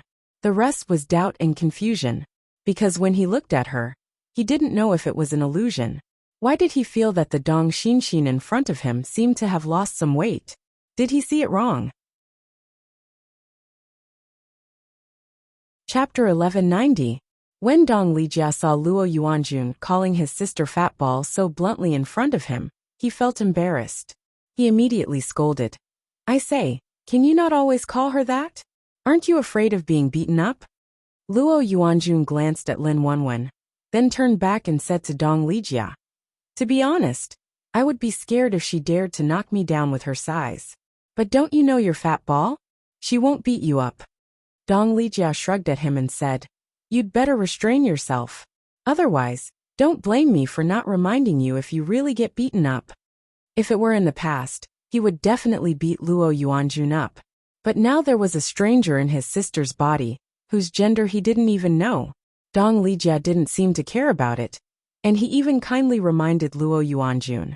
After all, the soul in his sister's body was a fighter, especially since he might have gotten used to this heavy body recently. If they were to fight, he had already tried it. Even though he only knew a little bit of kung fu before, he was still directly knocked down by his opponent. When it came to fighting, Deng Chenfei, who didn't talk much, was actually the best among them. That was because his family background was half gangster, and he had often fought with others when he was a child. If he hadn't been trained in fighting since he was a child, he would have died many times from fighting and being kidnapped by his family's enemies. Luo Yuanjun looked at Dong Lijia with a strange expression and said, She can beat me? She wouldn't even dare to stand there and let her beat me. Hey, no, you weren't like this before. Dong Jejia, have you changed? You have a new lover, and you don't even care about your sister anymore? Dong Lijia glared at him and scolded angrily. That's enough. Can you shut up? You've been making fun of my sister since we were kids. You're an adult now. Can you be a little better? Luo Yuanjun was a mean person. He liked to play with Dong Lijia and tease Dong Xinxin. Dong Xinxin was often teased by him when he was a child, so he was very tired of him. And no matter how much he warned him, he would stick to Dong Xinxin and hit him as soon as he saw him. He often went overboard and got beaten up by Dong Lijia. But after a few days, the scars healed and he forgot the pain. After growing up, Luo Yuanjun was finally unable to touch her. But at the same time, Luo Yuanjun's sharp-tongue skills had also improved. Dong Xinxin's personality was more introverted. Later on, he would often hide whenever he saw him. In fact, she really wanted to beat him up in her heart, but she was too weak to do such a thing. As for the relationship between the two of them, it was more complicated. They weren't exactly childhood friends, and they weren't exactly childhood friends either, because it was Luo Yuanjun who provoked Dong Xinxin on his own initiative, and Dong Xinxin wanted to hide when he saw him. However, Luo Yuanjun felt awkward. He could tease her but not others. Of course, Luo Yuanjun wouldn't care if it was Dong Lijia, his biological brother. However, he would not allow anyone other than himself, Dong Lijia, or Deng Chenfei to bully Dong Xinxin. Lin Wenwen, however, rolled his eyes at Luo Yuanjun. He walked around him to Dong Lijia and said, Are you going to the seaside? I'll go too. Actually, she was directly telling Dong Lijia that she wanted to go. As for the previous sentence, it was actually superfluous. Anyway, she didn't care whether they would go or not. If they didn't go, she would go by herself. Dong Lijia looked at her in surprise. You want to go? Lin Wenwen said lightly. Yes, your sister wants to go. What's wrong? Can't I? Hearing that, Dong Lijia suddenly thought of something. Then he said thoughtfully, "Okay, then let's go." Seeing that, Lin Wenwen turned around and went upstairs. The others were left in the living room in silence. After a while, Luo Yuanjun came over and asked Dong Lijia, "I just want to know why she behaved like a different person from the night of my birthday to today. I suddenly feel that you just said that she would beat me. Is that true?" Dong Lijia glanced at him coldly and said, "I told you not to underestimate my sister now, or you will be beaten. Believe it or not, you can go and have a try." When he finished speaking, Qin Jiao, who was sitting next to him, was also a little surprised. Dong Lijia turned his head and looked at Wu Mingho, who was sitting quietly, and said with a smile, "Master Wu, you seem to be more relaxed recently. Are you used to the social circle in the city?" Wu Mingho was the only child, and he had just come back from abroad this year. He started to move around in the circle of young masters in the city. Hearing Dong Lijia mention him, Wu Mingho's handsome and elegant face warmly smiled and said, "Yes, I wasn't familiar with everyone before. Fortunately, second brother Luo is still very annoying." Then he glanced at Luo Yuanjun, who was walking over. He meant that he actually had a good relationship with Luo Yuanjun, so he followed him for his sake. And Luo Yuanjun was a playful person. After knowing that Wu Mingho was back, he had been looking for him many times. Everyone knew that the second young master of the Luo family was a particularly annoying person. If he targeted you and you ignored him, he would be more and more excited. Hearing that, Dong Lijia immediately nodded and said, "Yes, yes, yes. I was also unlucky to grow up with such a person." Hey, is it really okay for you to say that in front of me? I don't care about my face." Luo Yuanjun walked over and kicked him angrily. Then he sat back in his seat. "Hurry up and get ready. We'll drive there in the afternoon." And that fat ball even took the initiative to tell you that she wanted to go. I don't know what's wrong with her. Luo Yuanjun sat down and said that with a puzzled look on his face. Dong Lijia also kicked him angrily and said, "Your face has already been eaten up by dogs in front of us. Why do you want it?" Luo Yuanjun stretched out his foot and kicked him back under the table. "There are girls here. Are you blind? Can't you behave in front of girls?" In addition to Qin Jiao and Lin Yuehui, there was also a girl sitting there with no expression on her face. In addition to Luo Yuanjun, Deng Chenfei and Wu Mingho, there were two other boys. Their relationship with Dong Lijia was not as good as that of Deng Chenfei and Luo Yuanjun. Still, it could be said that they were acquaintances. Deng Chenfei was already used to their childish actions. He turned his head and looked upstairs. Then he looked at Dong Lijia. Thinking about Dong Lijia's attitude just now, he always felt that there was something wrong with Dong Xinxin. Although he had noticed it a long time ago, he couldn't tell what the problem was. He was still the same person, but it felt wrong. Even Dong Lijia didn't spoil her as much as before. What was going on? Chapter 1191. Lin Wenwen went upstairs to Dong Xinxin's room and asked, "Do you know how to swim?" Dong Xinxin said, "No." Lin Wenwen asked curiously, "Then why do you still want to go to the beach?" Dong Xinxin said, "You don't have to know how to swim to the beach. Besides, I'm not planning on swimming. I just want to see the sea. I heard that seeing the real sea will make one's mood very different." Lin Wenwen thought about it and said, "Well, it will definitely be different. If you can see the sunset, it will also be very beautiful." The orange-red light on the horizon rippled with the waves, sparkling with the light. "I like to walk on the beach barefoot. The sand is very soft and comfortable." Dong Xinxin listened to her description and looked forward to it even more. "But you can exercise in the sea if you go to the beach. Besides, running on the beach is also very difficult." Lin Wenwen wasn't thinking about the scenery, but the environment there. If she wanted to exercise, it would be very difficult. And swimming in the sea was not as easy as swimming in the pool. She went to take a shower, and then quickly packed up her things. Clothes, phone, tablet accessories, and so on, and put them in a small salutation box. Just as she was about to go out with the salutation box, she suddenly felt a throbbing pain in her head before she could reach the door. Images quickly flashed by. There were people, zombies, and many strange beasts in the images. Lin Wenwen suddenly covered her forehead and leaned against the door, her face scrunched up in pain. This time, 4 or 5 images flashed in her head, and they were much clearer than the last time. But among these images, 3 of them were large groups of strange-looking beasts. They were running around in the abandoned city, tearing apart the zombies, and many of them were climbing to the roofs of buildings and roaring at the sky. In one of the other 2 images, she saw Lin Xiao and the others, while the other image was of a person standing on top of a high wall, looking down from above. Dozens of meters below the wall was not a tide of zombies, but a tide of exotic beasts that were swarming over. A few images flashed by, and the pain in Lin Wenwen's head disappeared, leaving behind a feeling of dizziness. Moreover, his entire body suddenly felt weak and powerless. Lin Wenwen's legs went soft as he leaned against the door and sat on the ground. "What's wrong with you?" Dong Xinxin's voice sounded in her mind as he asked her blankly. Lin Wenwen frowned and said, "Don't speak first. My head hurts when you speak."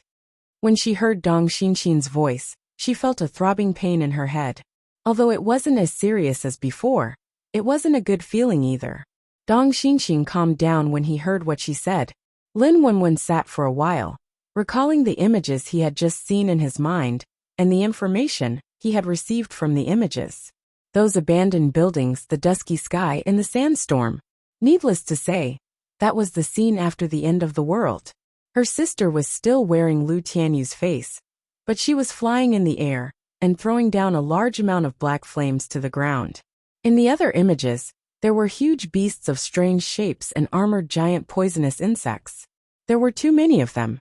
At a glance, they covered a large area of the streets, alleys, and even climbed up the walls of buildings. What were those? She had never seen those things before. And these things were attacking the base. That high wall was none other than the wall of the base of all beings. Moreover, her sister was fighting these things, and there was also the flames of war and smoke around her sister. Lin Wenwen knew that these images hadn't happened yet, and they were about to happen. But she didn't know when. Where did those strange creatures come from? Why would they attack the base? What had happened in the 7 years that she had been away? There was a lot of information coming from the scenes in the images, but there was no beginning or end. However, she concluded that the end of the world was about to usher in a big crisis 7 years later. It was a disaster, and the formation of the disaster was those strange creatures. But she couldn't see the development and the ending. She didn't know what the end would be. "Xinxin? Xinxin, are you inside?" Just as Lin Wenwen was still sitting on the ground immersed in the impact of the images just now, there was a knock on the door and Dong Lijia's voice. "Wait a minute." Lin Wenwen hurriedly held the door and stood up. Then she took a deep breath and exhaled. After tidying up her mental state, she opened the door. "Why are you so slow? What are you doing?" Dong Lijia watched her open the door and looked at her with a puzzled expression. Lin Wenwen pulled the box beside her in front of him to show him. Dong Lijia's expression froze, and then he said, "Wait, you pack so quickly? Are you really going?" Lin Wenwen shrugged and said, "You don't have to go." Dong Lijia rolled his eyes and said, "How is that possible? But I have to tell my parents first." Lin Wenwen looked at him in confusion. "You're the big brother. Shouldn't you be the one telling them? Or do you want me to go with you?" Dong Lijia shrugged and said, "I'll tell them. But why do you suddenly want to go to the beach?" Lin Wenwen leaned against the door frame and looked at him. "Didn't I say that your sister wants to see it? Besides, the sea after the end of the world isn't as beautiful as it is now. It's better to see the blue sea and blue sky while we still have time." Dong Lijia nodded at her and said, "It seems that you really want to go. Then you can go down first. I'll go and tell my father." Lin Wenwen took the box out, walked to the stairs, and handed it to the bodyguard standing next to her. Then she went down empty-handed. Seeing her coming down, Luo Yuanjun immediately came over.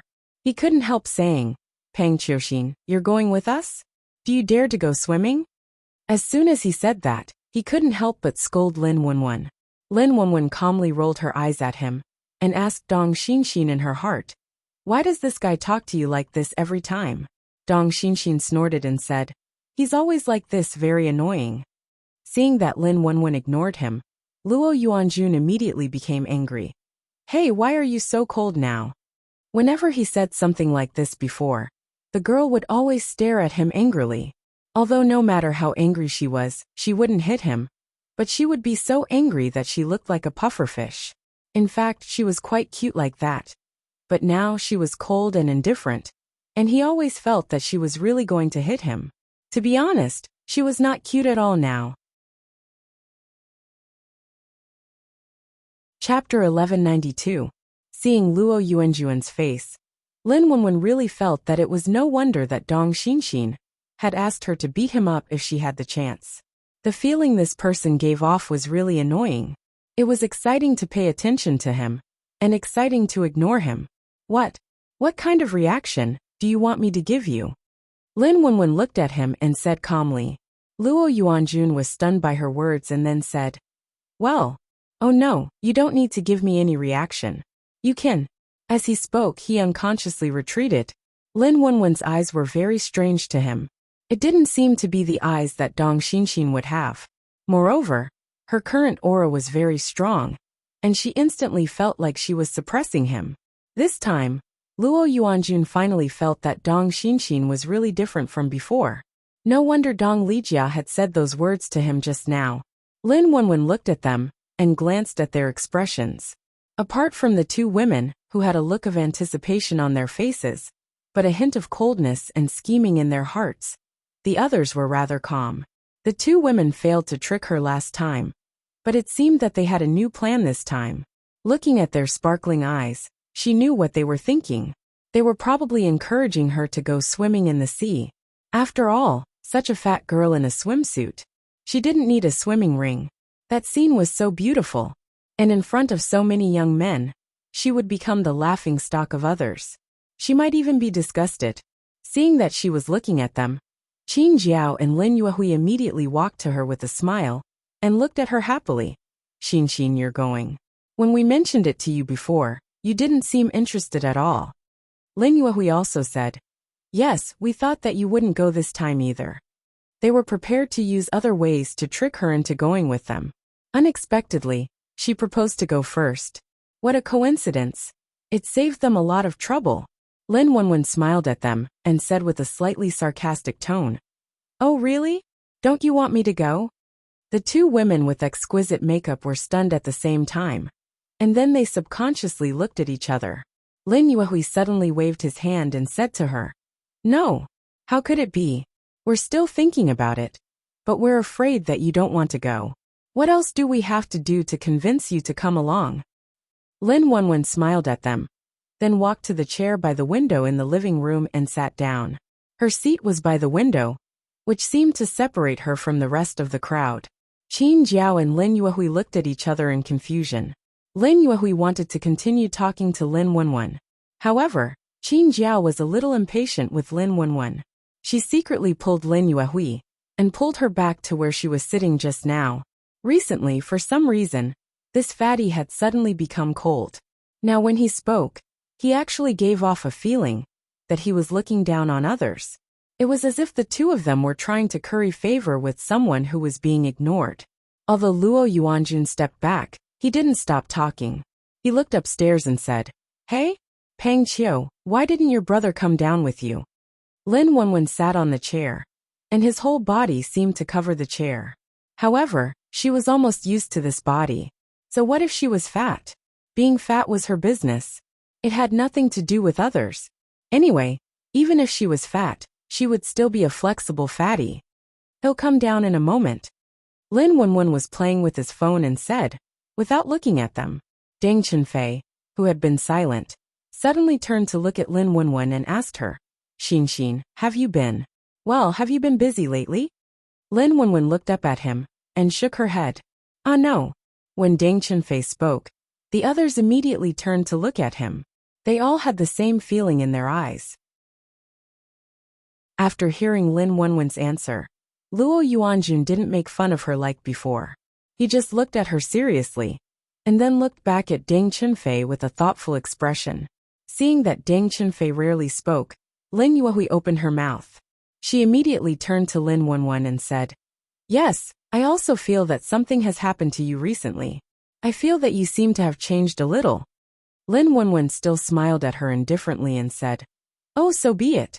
So be it. Anyway, no one will remain the same forever."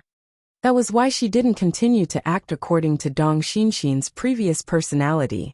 Because Dong Xinxin was very cold to these people now. Apart from wanting to beat Luo Yuanjun up, he didn't say much to the others. Deng Chunfei looked at her with his long and narrow eyes on his expressionless handsome face. Then he said, "Everyone changes for a reason. Xinxin, what is your reason?" Lin Wenwen looked at him, shrugged and said, "Maybe it's time. In 7 years, a person changes according to the environment changes. If the end of the world hadn't happened 7 years ago, it would have been difficult to survive in the past 7 years. Dong Xinxin might still be that silly little fatty." After hearing her answer, Deng Chunfei continued to look at her and then turned back. Lin Yuehui looked at Lin Wenwen blankly and didn't quite understand her words. She couldn't help but look at Qin Jiao and ask her with a meaningful look. Qin Jiao spread her hands to show that she didn't know what she meant. Luo Yuanjuan's eyes flashed, and he looked at Lin Wenwen again. "Let's go. It's already 3 o'clock. If we drive now, we should be there by 5 o'clock.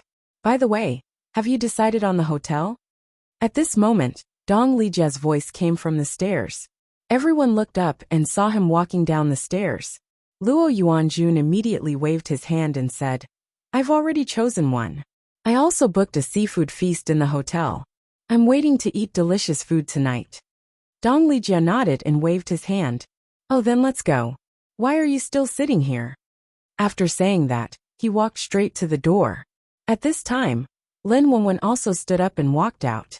After walking out of the door, she looked at the row of sports cars outside. Lin Wenwen looked at Dong Lijia. It seemed that she had to take his car. The driver helped him drive out his red sports car.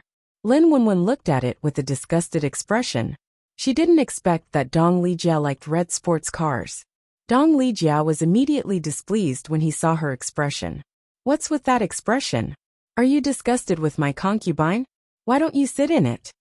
Lin Wenwen rolled her eyes and said, "Concubine? You should take good care of it these days. Let's see if you still love it in a few days." After the end of the world, no one knew how to drive sports cars. Chapter 1193. Hearing her words, Dong Lijia's expression froze. And then he was petrified. Yes, she said that the road conditions after Doomsday were not suitable for sports cars. Besides, fuel was precious. Sports cars were so fuel-hungry that it was fine. Moreover, the roads after Doomsday were not maintained at all. All kinds of damage, zombie cars, or garbage were piled up on them. And there were also piles of sand. What? There was no way he would abandon this car. How could he? If you are the first in his heart, then this car is the second. Even Uncle and Aunt Dong have to sit in the back. How could he abandon it? Luo Yuanjun suddenly appeared at this time, hanging on Dong Lijia's shoulder, and looked at Lin Wenwen. Lin Wenwen smiled at him, and then turned to look at him. Seeing that she was ignoring him again, Luo Yuanjun immediately continued, "Am I wrong?" Dong Lijia threw his arm away from his neck and said, "Well, you're right. Let's go." As he spoke, he walked to his red Lamborghini. Lin Wenwen also got out and said, "Sell this useless car and get some off-road vehicles." Her words were like a stab in the back. Dong Lijia looked at her with a sad face and did not speak. But Luo Yuanjun, who was behind them, shouted, "Wow, fat ball, you're so cruel. How dare you ask Dong Jiejie to sell his wife?" After Dong Lijia sat in the driver's seat, he saw Lin Wenwen also sitting in the passenger seat.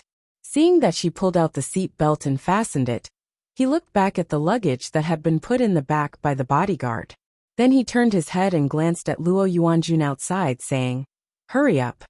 Then he started the car and drove away. An hour and a half later, the supercar team stopped in front of the gate of a seaside resort hotel in the neighboring city. With so many sports cars parked here, they immediately attracted the attention of the surrounding tourists. Then a group of young men and women got out of the sports cars, all of whom were tall and good-looking. Pairs of long legs immediately attracted the attention of many students who were out on vacation. Qin Jiao took off her sunglasses and turned her head to look at the people around her. Then, the corners of his mouth curled up, and he walked in with a confident smile. Lin Yuehui, who was beside her, also raised his hand to brush the bangs on his forehead and touched his vertical hair. Only then did he take his bag and catwalk in his high-heel shoes. Another girl unintentionally glanced at them, then secretly rolled her eyes and followed the crowd in. Okay, let's take a rest in the room. We'll come down for seafood tonight. Luo Yuanjun turned his head and waved at everyone. Then, he asked the hotel staff to bring him to his room. There were a lot of rooms in this hotel, so each of them booked a room. Lin Wenwen stood in the hotel lobby and looked around. Then, he followed the bodyguard to his room. Although they came out to play, Mr. Dong also agreed. But for the sake of safety, he brought a lot of bodyguards with him.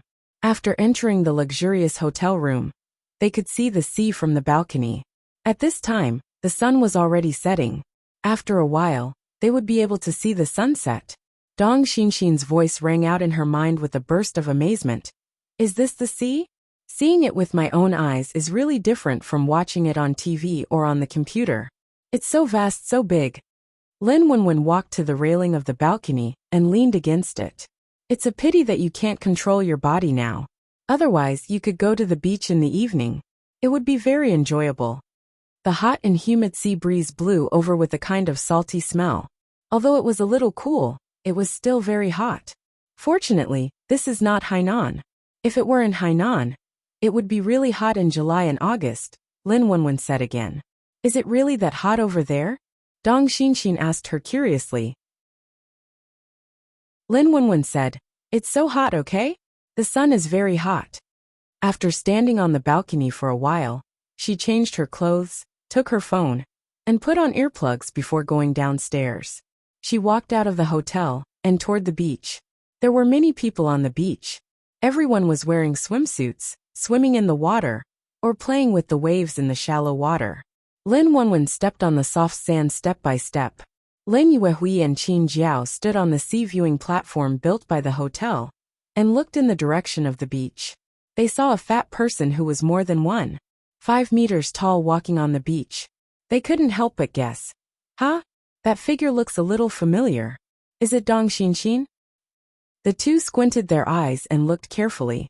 Finally, they recognized it and felt that it was very similar. Qin Jiao said doubtfully, Why did she walk so far alone? The sun is still there, although it's almost sunset. But it's still very hot. Lin Yuehui smiled elegantly, and then stroked his hair. He said, Her body is so thick, and there is so much fat on her. She's definitely not afraid of the sun. Do you think she was really working out at home today? Qin Jiao remembered that when she went to the Dong family today, Dong Xinxin looked like he was doing strenuous exercise. She slightly furrowed her carefully trimmed eyebrows and said with a puzzled expression, From what we saw, it does seem to be real. But why did she suddenly want to lose weight? Did something happen to her? Speaking of which, I don't think we said anything to hurt her in this regard. Except for second young Master Luo. Usually, when a fat person went to the gym, the first reaction would be to lose weight. Lin Yuehui smiled disdainfully. How long will it take for her to lose weight? I think the gym coach won't want to see her if he sees her. Haha. Qin Jiao also laughed and said, But look at her. She is short and fat. She really grows horizontally like people say. Do you think she will dare to go swimming tomorrow? Lin Yuehui asked with a smile. Qin Jiao shrugged and said, If it were me, I would definitely not go swimming. Because maybe her swimsuit doesn't even have a size. Although she can wear casual clothes. But thinking about the feeling of the clothes sticking to her body, I think it's better not to. The two talked and laughed while looking in Lin Wenwen's direction from time to time. Seeing that she kept walking, she suddenly stood under the shade of a tree and did some stretching and warming up. Hey, look, she is warming up.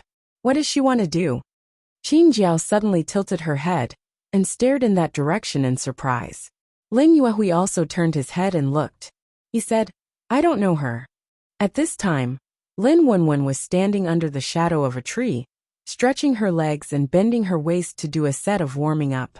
After that, she walked to the beach, and began to slowly run along the beach from a place where there were fewer people.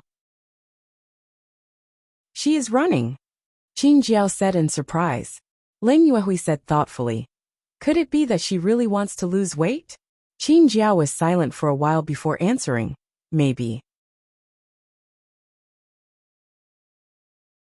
Chapter 1194.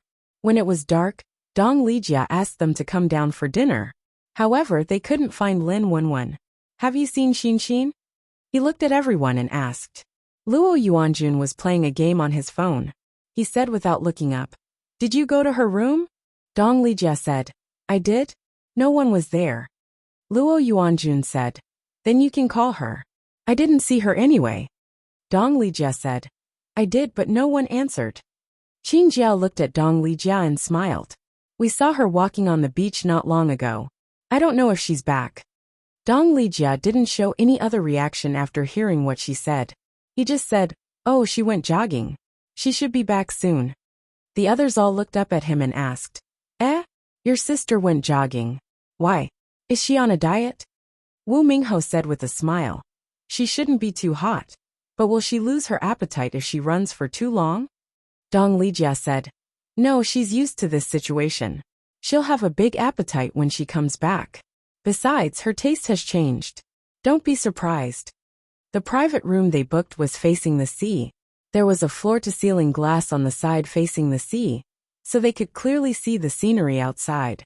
Shouldn't she eat less if she wants to lose weight? Do you mean she will eat and drink when she comes back? Luo Yuanjun looked at Dong Lijia strangely. Deng Chunfei looked at Dong Lijia and asked with a serious expression. Did something happen to your sister recently? Why did her temperament suddenly change? She's not like Dong Xinxin at all. She's like a stranger. Dong Lijia looked at him. He was right, but he couldn't admit it. He could only say vaguely, well, maybe something happened to her. Seeing his reaction, the others also felt strange. Dong Lijia looked at them with an inscrutable expression. He had asked Lin Wenwen, what would happen to these people after the apocalypse? She said some people would betray her in a critical moment, and some would betray her for a few packets of instant noodles when they had no food. Most of them would become zombies. That was to say, these people, except for Deng Chunfei and Luo Yuanjun, he did not need to care too much about the others. On the beach, Lin Wenwen communicated with Dong Xinxin in his mind, while slowly stopping and moving forward. So, you want to beat him not because you hate him, but because he could have lived, but he didn't listen to you and left, right? Lin Wenwen finally figured out the reason why Dong Xinxin had asked her to beat Luo Yuanjun when she had a chance last time. Dong Xinxin said angrily, do you know how much superpower I used to go back to the time before he died? At that time, they couldn't find him, and they didn't know when he died. It took a lot of effort to gather the last bit of information about him, and then it took a lot of effort to find that place. When they found the corpse, they only found a part of the body that had been gnawed on. I didn't know how many days it had been since the rotting started. It was the first time I went back to half a month ago, but I didn't make it in time. The second time, he returned to more than 20 days ago, but he still didn't make it in time. The third time was a month ago. Her ability was special, and every time she used it, it would consume a lot of energy. During the third time, she didn't have much energy left to go back, and she couldn't stay for too long. The third time, she went back just before Luo Yuanjun was about to die, and it took her a lot of effort to save him from the zombies. However, a few hours later, they encountered a group of robbers. Then she broke a leg when she saved Luo Yuanjun, and it was difficult for her to move. She could only use her superpower to go back to an hour ago. She used this opportunity to let Luo Yuanjun leave this place in advance, so that he could safely avoid the robbers. But Luo Yuanjun insisted on taking her with him. He could go farther alone without any equipment, weapons, or a car. But he couldn't leave with her a wounded man. As a result, the man refused to leave her, and they both died. In order not to fall into the hands of the robbers, they would rather die in the hands of the zombies. Why did I go to so much trouble? Why did they both die? I used up all my superpower just to die with him? I'm so angry. Dong Xinxin was very angry. She was still angry when she thought about it. So she didn't want to see Luo Yuanjun or talk to him these days. Maybe Dong Xinxin thought that they could survive the end of the world, so he didn't want to tell them about it. Anyway, they might not believe her. And they might even think she was crazy. Since they could live until a few years after the end of the world, it didn't matter whether she told them or not. In that case, one less trouble is better than one less trouble. Lin Wenwen smiled and said, "It's not bad to die together. It's better to have a companion than to die alone." Hearing her words, Dong Xinxin thought for a moment and said, "That's true. Anyway, it has happened. I thought I would never have a chance again. I didn't expect that I would suddenly go back to 7 years ago. You can beat him when you can use this body. This is your grudge. It has nothing to do with me." Lin Wenwen complained again, then began to walk back to the hotel. Dong Xinxin sighed and said, "I don't know when that will happen. The more I see him, the angrier I get. I'm afraid I won't be able to control myself." Lin Wenwen said while walking, "You don't have to. Maybe when you are angry, you will activate your power and suddenly be able to control this body." On the way back, she took out her phone and looked at it. She found that there were several missed calls. It turned out that she didn't pay attention to it when she put it in her pocket, and she was not used to using ringtone, so she always used vibration. Thinking about it, she guessed that it was time to have dinner with her. He made a phone call to Dong Lijia. "Have you started eating?" Dong Lijia replied, "Yeah, I'm already eating. Why didn't you answer the phone when you were running?" Lin Wenwen said, "I didn't pay attention to it. I put it in my pocket. Which private room are you in? I'll take a shower first and come over later." Dong Lijia told her the name of the private room, and then hung up. Lin Wenwen dragged her sore legs back to her room. After washing off the sweat on her body, she changed her clothes and went down. When she found the number of their private room, all the dishes on the table had been served. All kinds of delicious seafood, such as abalone, sea cucumber, lobster, fish and crab, made people drool.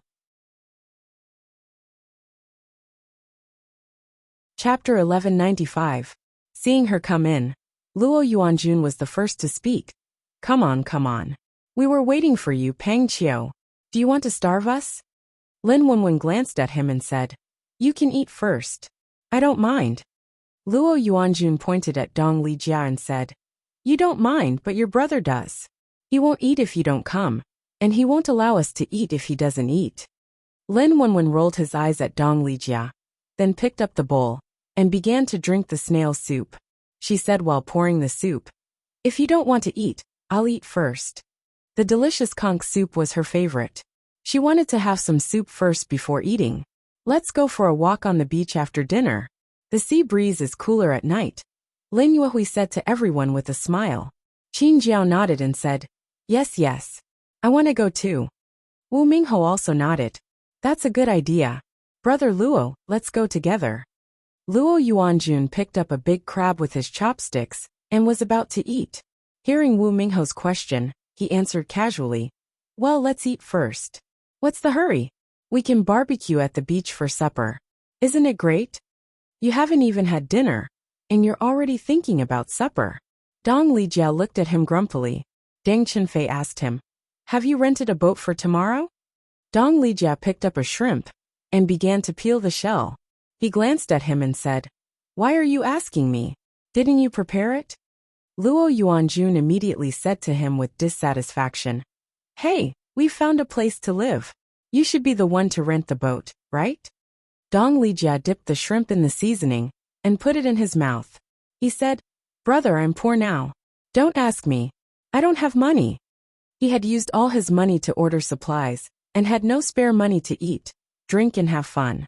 Everyone immediately looked at him as if he was joking and said, "Young Master Dong, how can you call yourself poor? Are you kidding us?" It was Xiao Hanfeng who spoke. It was Dong Lijia who asked him to buy the gasoline. The Xiao Group's main business was oil and petrochemical companies. Luo Yuanjun pointed at Dong Lijia with the crab pincer in his hand and scolded, "If you're poor, what about us?" The richest person in the Dong family was the young master of the Dong family. He already had 5 supercars and he had 2. Even Deng Chenfei only had 3. The others were about the same. Anyway, there weren't more than 3 cars. Needless to say, this guy had been investing and buying stocks since his first year in university. He had even founded a few small companies. Although they were small, their results and income were not low. Dong Lijia was too lazy to explain to them. He shrugged his shoulders and continued to peel off his shell. He said, "Anyway, I'm poor. Don't look for me on this trip. I'm here to eat and drink with you." Deng Chunfei saw that he only cared about eating his own food, then looked at Lin Wenwen and narrowed his eyes. If it was in the past as a siscon, he would always pick up a pile of food for his sister first. But today, he didn't pick up any food for her, and even let her drink the soup herself? This wasn't right.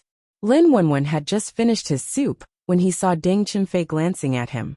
He didn't want to hide it anymore, and began to eat and drink to his heart's content.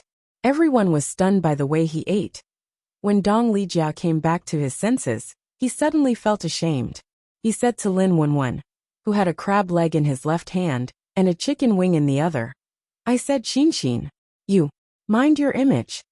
He wanted to say, "Mind my sister's face, okay? My baby sister's face is going to be ruined by you." Lin Wenwen glanced at him indifferently. Eating is the most enjoyable thing. You can't even eat to your heart's content. What's the point of enjoying it? Dong Lijia was speechless. He couldn't refute. Luo Yuanjun looked at Lin Wenwen dumbfoundedly and suddenly asked, "Hey Peng Qiuxin, I remember that you didn't eat lettuce before." Lin Wenwen glanced at him and said, "Now is now. The past is the past." Deng Chunfei's eyes flashed as he watched her eat. Dong Lijia glanced at him silently, and felt that there might be guests in his room tonight. Qin Jiao and Lin Yuhui looked at each other silently and said, "But Xin, aren't you, on a diet? Why are you still eating so much?" Lin Wenwen didn't even look at her. He reached out his chopsticks and picked up a spicy crayfish to eat. He said while peeling the shell, "I'm on a diet, but I still need to maintain my nutrition intake. Besides, I don't eat much." Then he stuffed the crayfish into his mouth and chewed happily. After dinner, everyone began to take a walk by the sea with the sea breeze.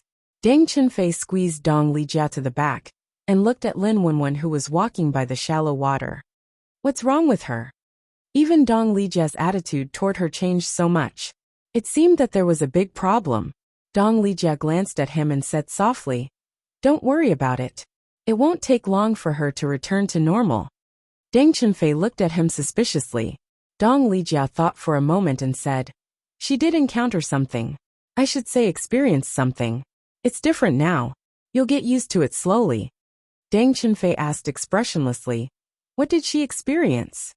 Dong Lijia stopped and looked at him. He suddenly asked, "Let me ask you, if the end of the world really comes one day, what will you do?" When Deng Chunfei heard this, even his usually expressionless face revealed an inexplicable expression as he looked at Dong Lijia. Dong Lijia smiled and said, "I'm just kidding. If you know in advance that the end of the world is coming, what will you prepare for?" Deng Chunfei looked at him silently for a few seconds and didn't say anything.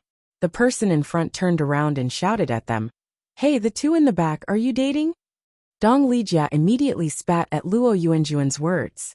"Get lost. I'll talk to a girl if I want to, okay?" As he spoke, he strode forward. Deng Chunfei followed him and said, "That depends on what kind of end of the world you're talking about. A global volcanic eruption? A tsunami? Or a sudden natural disaster?" Dong Lijia was speechless. It made sense. If it happened on a large scale, it would also be the end of the world. He said, "No, I mean virus infection and zombies. The whole city will become a zombie city, and then people will fall into panic and despair. There will be zombies everywhere. There will be no food, no water, no electricity, and no internet." Deng Chunfei looked at him and said, "You're talking about Resident Evil, right?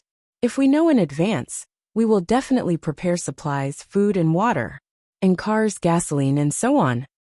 Dong Lijia smiled and said, "That's right. Normal people will think of this.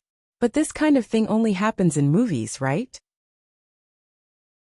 Then he stopped talking to Deng Chunfei and looked at Lin Wenwen, who was playing barefoot in the water. Chapter 1196. The cool water and the soft sand were under her feet.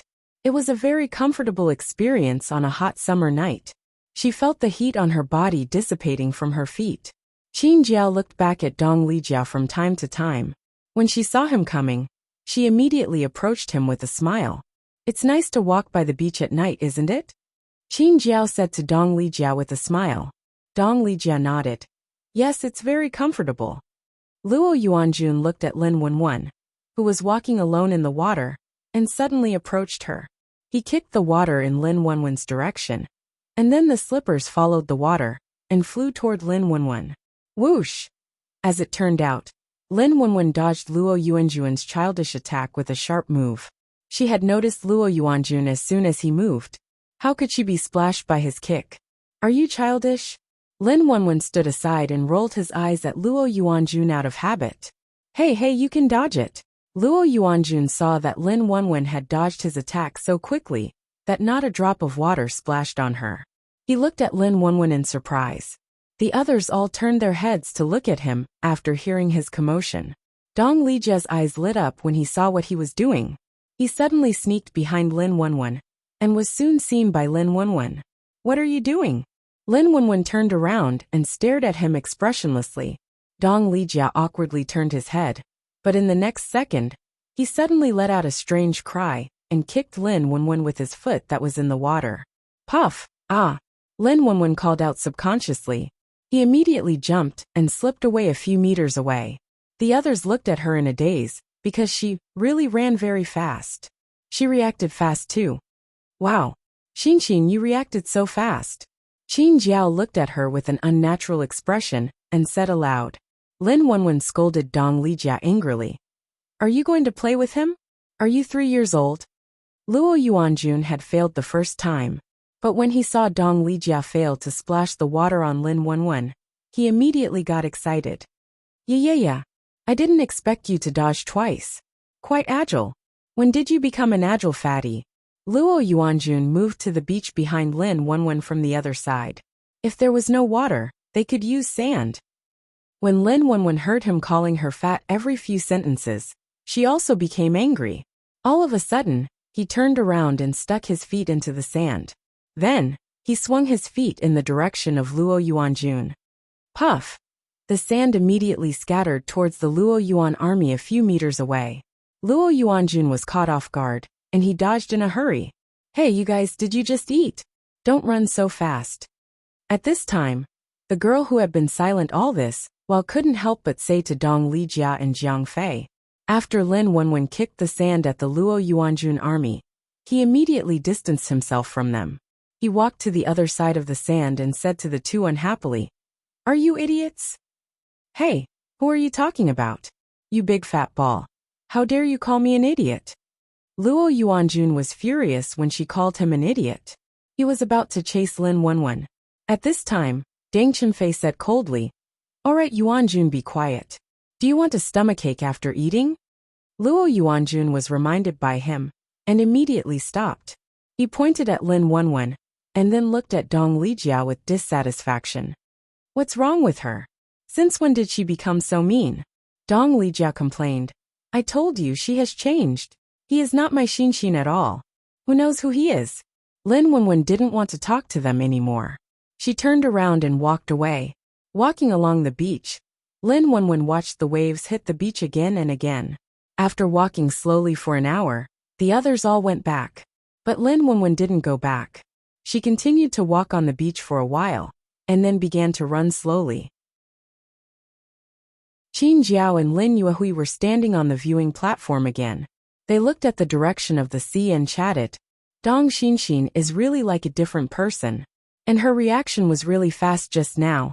She was able to dodge Luo Yuanjuan's sneak attack. She really became a bit more agile. Lin Yuehui nodded. Yes, she was also very agile just now. But do you think she will wear a swimsuit tomorrow?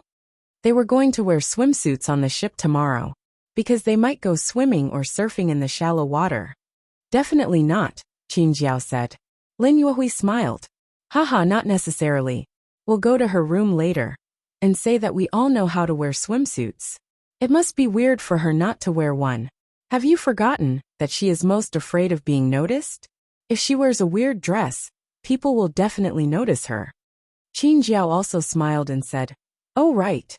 When Lin Wenwen returned to her room, she had used up a lot of energy.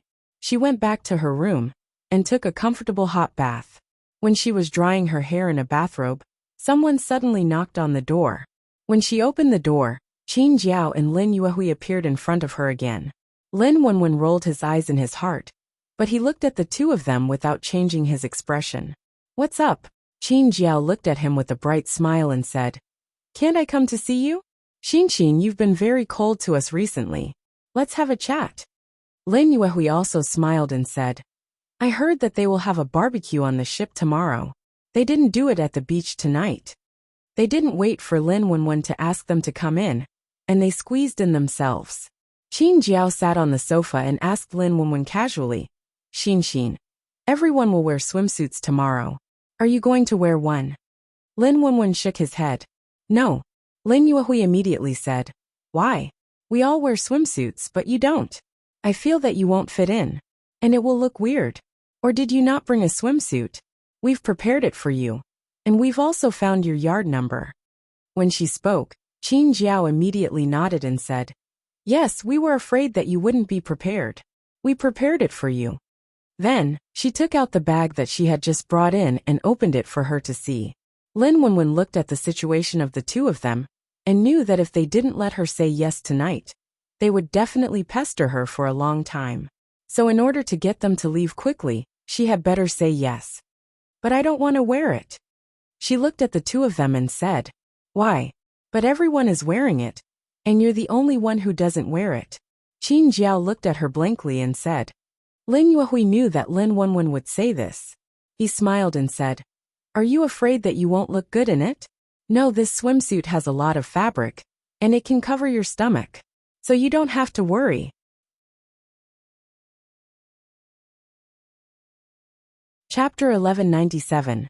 In order to match Lin Yuehui's words, Qin Jiao also took out the swimsuit and showed it to Lin Wenwen.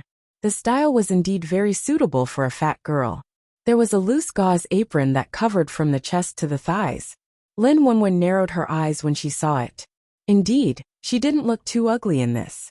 After all, the swimming ring on her stomach was already covered. But would they be so kind as to find such a suitable swimsuit for her? She wanted to reach out to see if there was anything special about it. Then, Qin Jiao slightly shrank back and avoided her hand. Then she put the swimsuit back into the bag. "Okay, let's put your clothes here. Take them out when you want to wear them tomorrow. They really suit you. Don't worry. You have to wear them, okay?" Qin Jiao put the bag on the sofa and then began to divert Lin Wenwen's attention. "Oh yeah, I feel that you've lost a bit of weight. Xin, you must have been working out recently, right?" Lin Wenwen didn't look at the bag again. She just smiled at them and said, "Really? Can you tell?" Qin Jiao nodded repeatedly. Yes, I can tell." Although they couldn't tell, they had to say that they could now, because people who were on a diet liked to hear others say that they had lost weight. So in order to divert Lin Wenwen's attention, Qin Jiao used this trick. If it was the innocent Dong Xin in the past, he would definitely be distracted by her. She probably felt very happy because of what she said. Once he was happy, he really forgot about the swimsuit temporarily. However, Lin Wenwen definitely couldn't not see through such a simple trick. She just pretended that she didn't see through it. Then she showed a slightly happy expression and said, "Really? I have been working out recently. So, can you guys leave after you're done talking?"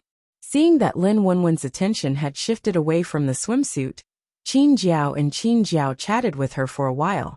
After seeing her sleepy expression, they thought that she must have forgotten about the swimsuit and just wanted to go to bed, so they left her room. After the two left the room, Lin Wenwen's sleepy expression immediately became sober. She walked to the sofa expressionlessly and took out the swimsuit. After rummaging for a while, she finally found the problem. She thought that the two women had done something to the swimsuit, such as cutting off some parts and leaving a little bit of it attached. It was fine when she took it, but with her size, it would break soon after she put it on. But when she took a closer look, She realized that it wasn't what she had imagined. This was because the layer of gauze was glued on with a glue that lost its stickiness when it came in contact with water. The work really isn't that great. Lin Wenwen looked at where they were glued to. If he didn't look carefully, he might not be able to see it, but it was very obvious when he looked carefully. Was this a prank? When she wore it tomorrow, if they accidentally splashed water on it, it would fall off, and then expose her belly inside? Imagining the scene was indeed quite awkward and funny. Lin Wenwen sneered and threw the swimsuit directly into the trash can. Just as she was about to go to bed and turn off the lights, the door rang again. Speechless, she walked over and opened the door, thinking that the two idiotic women had returned. But when she opened the door, she saw Luo Yuanjun and Deng Chunfei standing outside. Luo Yuanjun had one hand in the pocket of his beach pants, and the other hand was raised to support the door frame with his elbow. He was looking down at her, who was opening the door.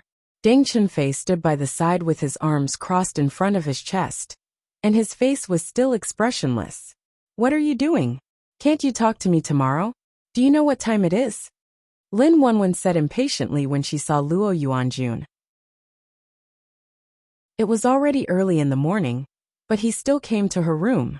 What did he want? We have something to talk to you. Let's talk inside. Luo Yuanjun put down his hand on the door frame, pushed the door open and squeezed in. Deng Chunfei didn't say anything and followed him in. Lin Wenwen looked at the door that had been squeezed in for the second time without her permission, then closed the door with a sullen face, and turned to look at the two women. If she was a 17 or 18-year-old girl, she would definitely be overjoyed and infatuated when she saw the faces of these two people. Although she didn't pay much attention to them before, now she saw that the two women looked about the same. They were both slightly better looking than Dong Lijia. Seeing her close the door, the two men's expressions immediately changed. They stared at her inquisitively and looked her up and down.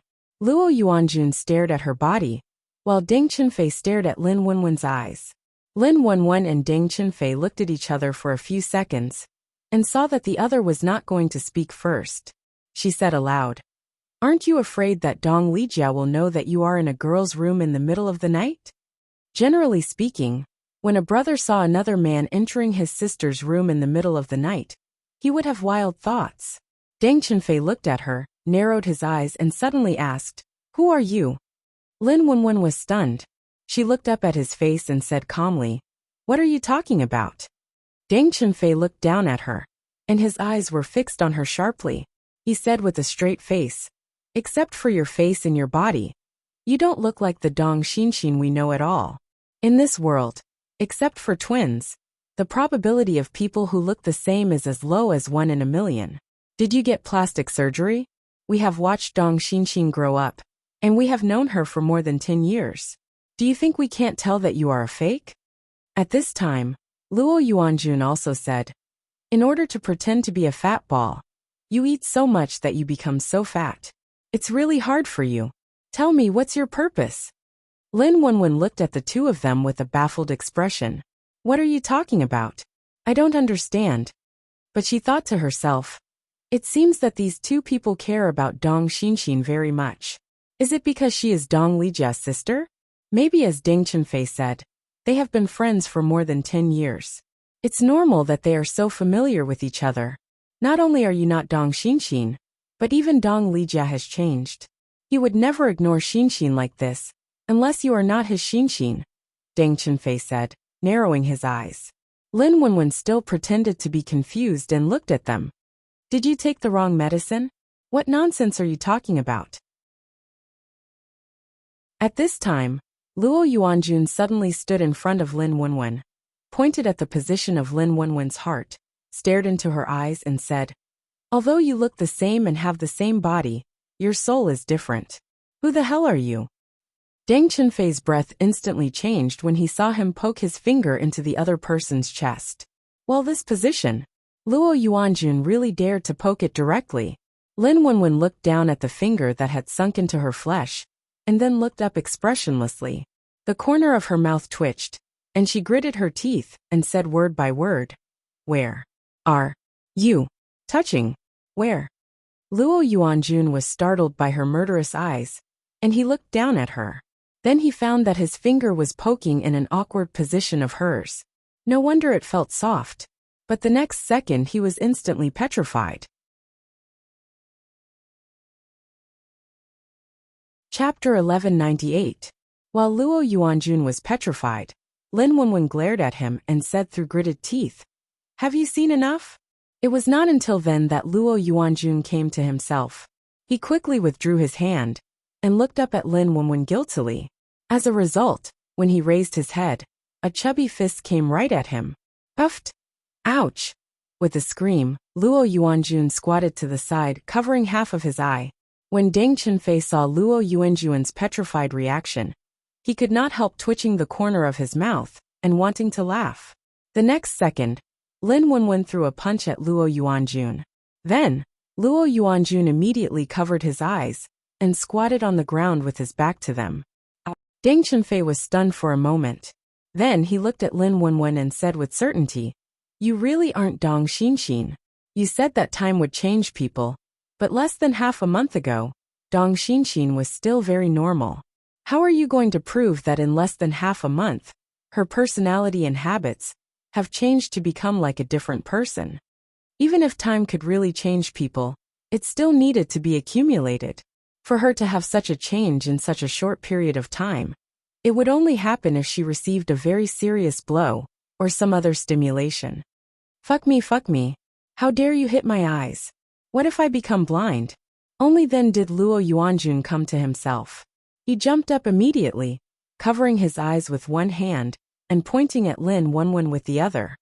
"Don't worry, I won't go blind. I didn't use much strength, so please don't point your fingers when you speak next time," Lin Wenwen said to him coldly, then turned to Deng Qinfei and said, "If you're just here to talk nonsense, please get out. I don't have time to accompany you. I still need to sleep. I just didn't pay attention. Just poked it." Luo Yuanjun felt a little embarrassed and guilty about Lin Wenwen's previous words, so he said weakly, "Are you talking nonsense? If you want to pretend, you should at least make it look real. You don't even have an expression that Dong Xinxin would have on your face." When she asked Dong Lijia, he hesitated and didn't say anything. "Who are you? What's wrong with your family? Where is Dong Xinxin?" Deng Qinfei looked at her coldly and asked. Then he glanced at Luo Yuanjun and said, "Xinxin would never hit anyone.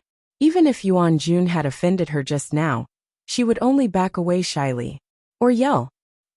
Lin Wenwen carefully sized up Deng Qinfei. This person's observation skills were very sharp. Moreover, his personality seemed to be quite rigid. Once he had made up his mind, he would stubbornly hold on to it. Since the other party had already seen through her, he wouldn't believe her even if she kept acting dumb. As for Luo Yuanjun's character was a bit cheap and stupid, but if he really believed in something, he would be the same as Deng Qinfei. Otherwise, he wouldn't have appeared here with Deng Qinfei. She walked over to the bed and sat down. The mattress caved in because of her weight. She said, "I'm Dong Xinxin. Believe it or not, it's up to you. Are you planning to stay here tonight? I'm going to bed." She looked as if she would not give them the answer they wanted no matter what they said. Deng Qinfei and the other two looked at each other and understood what she meant. However, they really couldn't stay here for too long. They could only leave first. Anyway, there would be time and opportunities to slowly figure it out in the future. The two turned and walked towards the door. Luo Yuanjun covered one eye and suddenly turned around, pointed at her and said, "Our fat ball is not so violent. You are definitely not her." After that, he immediately followed Deng Qinfei out of the door of her room. Lin Wenwen shrugged and said, "Wait and see. She wants to hit you more." Then she stood up, walked to the door and locked it. Then she went back to the bed and lay down. She had a dream that night. In the dream, not only her sister with Lu Tianyu's face appeared, but also Lin Hao, Lin Feng and others. They were all fighting with the monsters she had seen before. And they seemed to be having a hard time, because when those superpower attacks fell on those monsters, they didn't do any harm to them. They still didn't react and continued to attack and bite the human beings. Countless of them surrounded one person, but she didn't see Yuan Tianxing. She also didn't see the purple figure that she was very concerned about. What did you say? You want to find fresh catnip that hasn't been infected? Where can I find fresh catnip that hasn't been infected now? But only the smell of fresh catnip can keep them away. Now that all the plants outside have mutated, it is impossible to find uninfected catnip. And they are not cats. How can they react to this kind of thing? If they were cats, they would only be more excited, instead of being afraid to avoid it. In a research room, two men were talking about catnip. When Lin Wenwen woke up in the morning, this picture stopped at the end. She didn't know what they were talking about, and the two men were very strange. But she heard that fresh uninfected catnip was very important to them. She sat on the bed and closed her eyes, thinking about the information in the picture. This dream was very real, but also very illusory. Catnip? Does it have something to do with those monsters? He said those things don't dare to come close. After Lin Wenwen opened her eyes, she muttered to herself as she got out of bed. She knew catnip was a plant. Was this telling her to bring back fresh catnip from before the doomsday? In any case, she should be able to bring it back. Judging from the tone of the two researchers, it seemed that they saw hope, but were forced by another sense of despair. He narrowed his eyes and looked outside. The sun had not even risen yet. After brushing her teeth, washing her face, and tying up her hair, Lin Wenwen changed into a loose beach outfit. And it was a male outfit. The male outfit was big, loose, and comfortable to wear. After tidying up, she drank a cup of water, and then went out with the phone in her ear. Although there were not many people on the beach early in the morning, she could see some people jogging by the beach. She breathed in the sea air, and then did a warm-up exercise. Then she followed them to the beach and jogged. The others didn't get up until after 9 o'clock. Dong Lijia went to the restaurant to order some food, but he laughed when he saw Luo Yuanjun. Pfft! Second young master Luo, what happened to you? Ha ha ha! What did you do last night? Dong Lijia looked at Luo Yuanjun's black eye and couldn't stop laughing in his chair. Luo Yuanjun looked at him silently, then turned his head away to show that he was silent. Then the others came down. Except for Deng Chenfei, they all exclaimed in surprise at Luo Yuanjun's black eye. One by one, they curiously asked him what he had done last night to be punched by someone. Don't say that he fell down. No one would believe it. Chapter 1199. In the base, after Lin Xiao suppressed Yuan Tianqing's condition, she began to think about how to solve Yuan Tianqing's problem.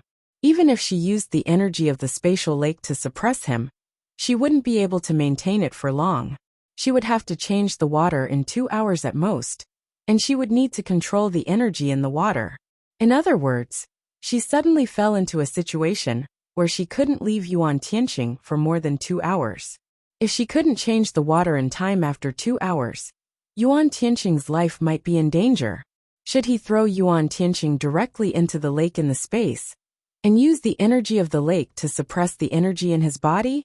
After all, she couldn't possibly change the water every 2 hours, could she?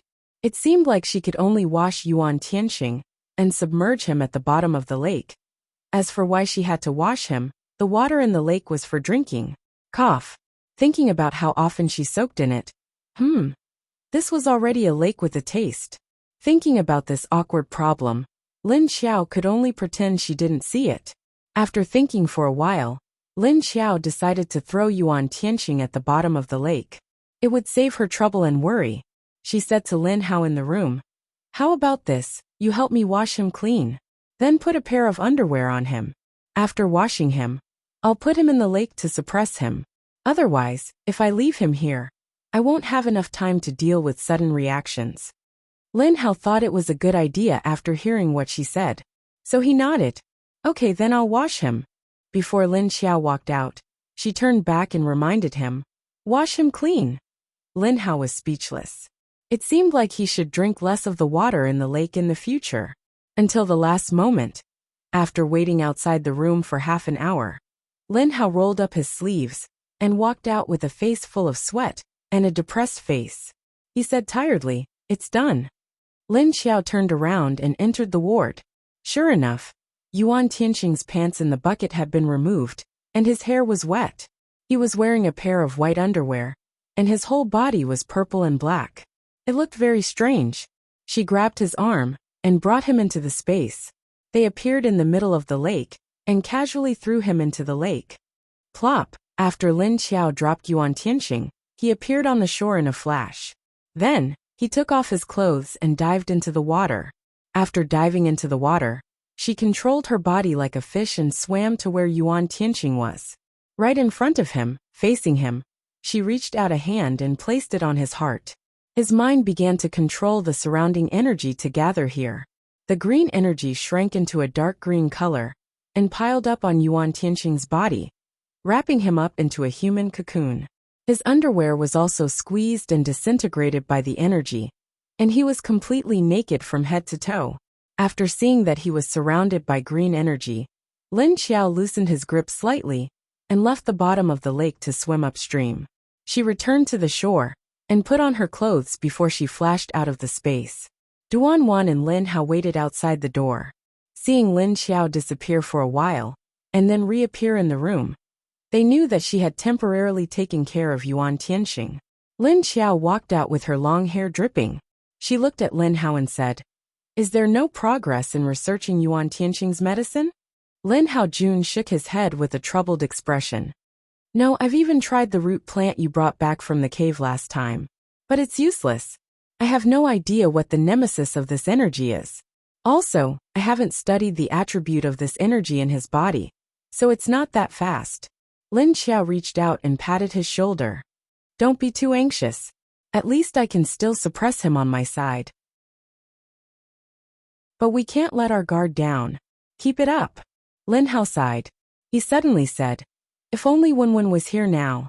At least she could do the bathing. She could also take advantage of Brother Tianxing. Making me bathe him, it hurts my eyes." He thought of the scene of taking off Yuan Tianxing's clothes and bathing. Although Yuan Tianxing's body was very good, he was jealous. It was so good that he was jealous. However, he liked women and had no interest in men's bodies, especially Yuan Tianxing's dick. At first he was curious about his size.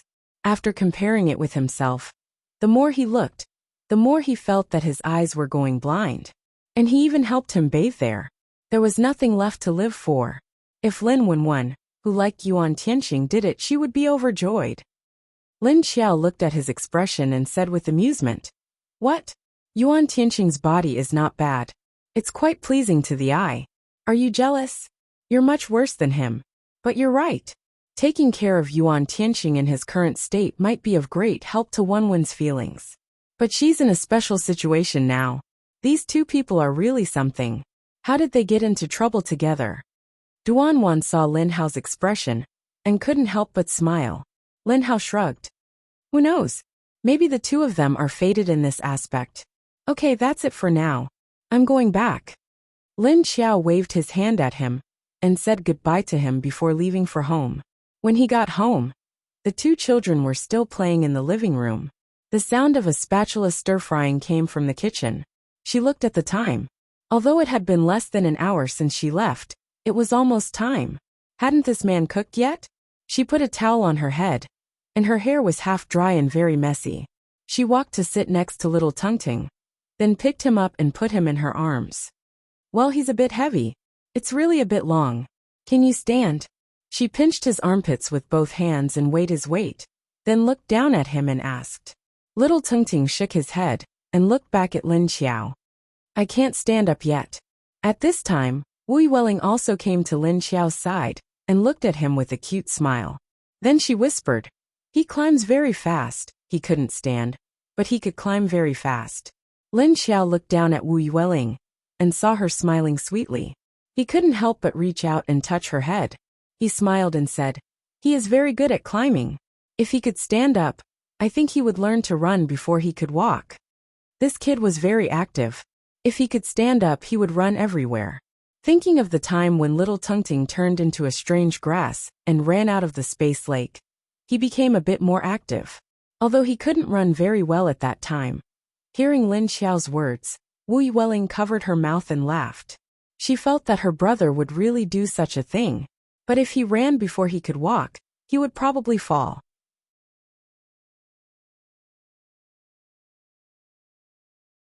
Chapter 1200. She thought of how little Tungting would often fall even when he was crawling around.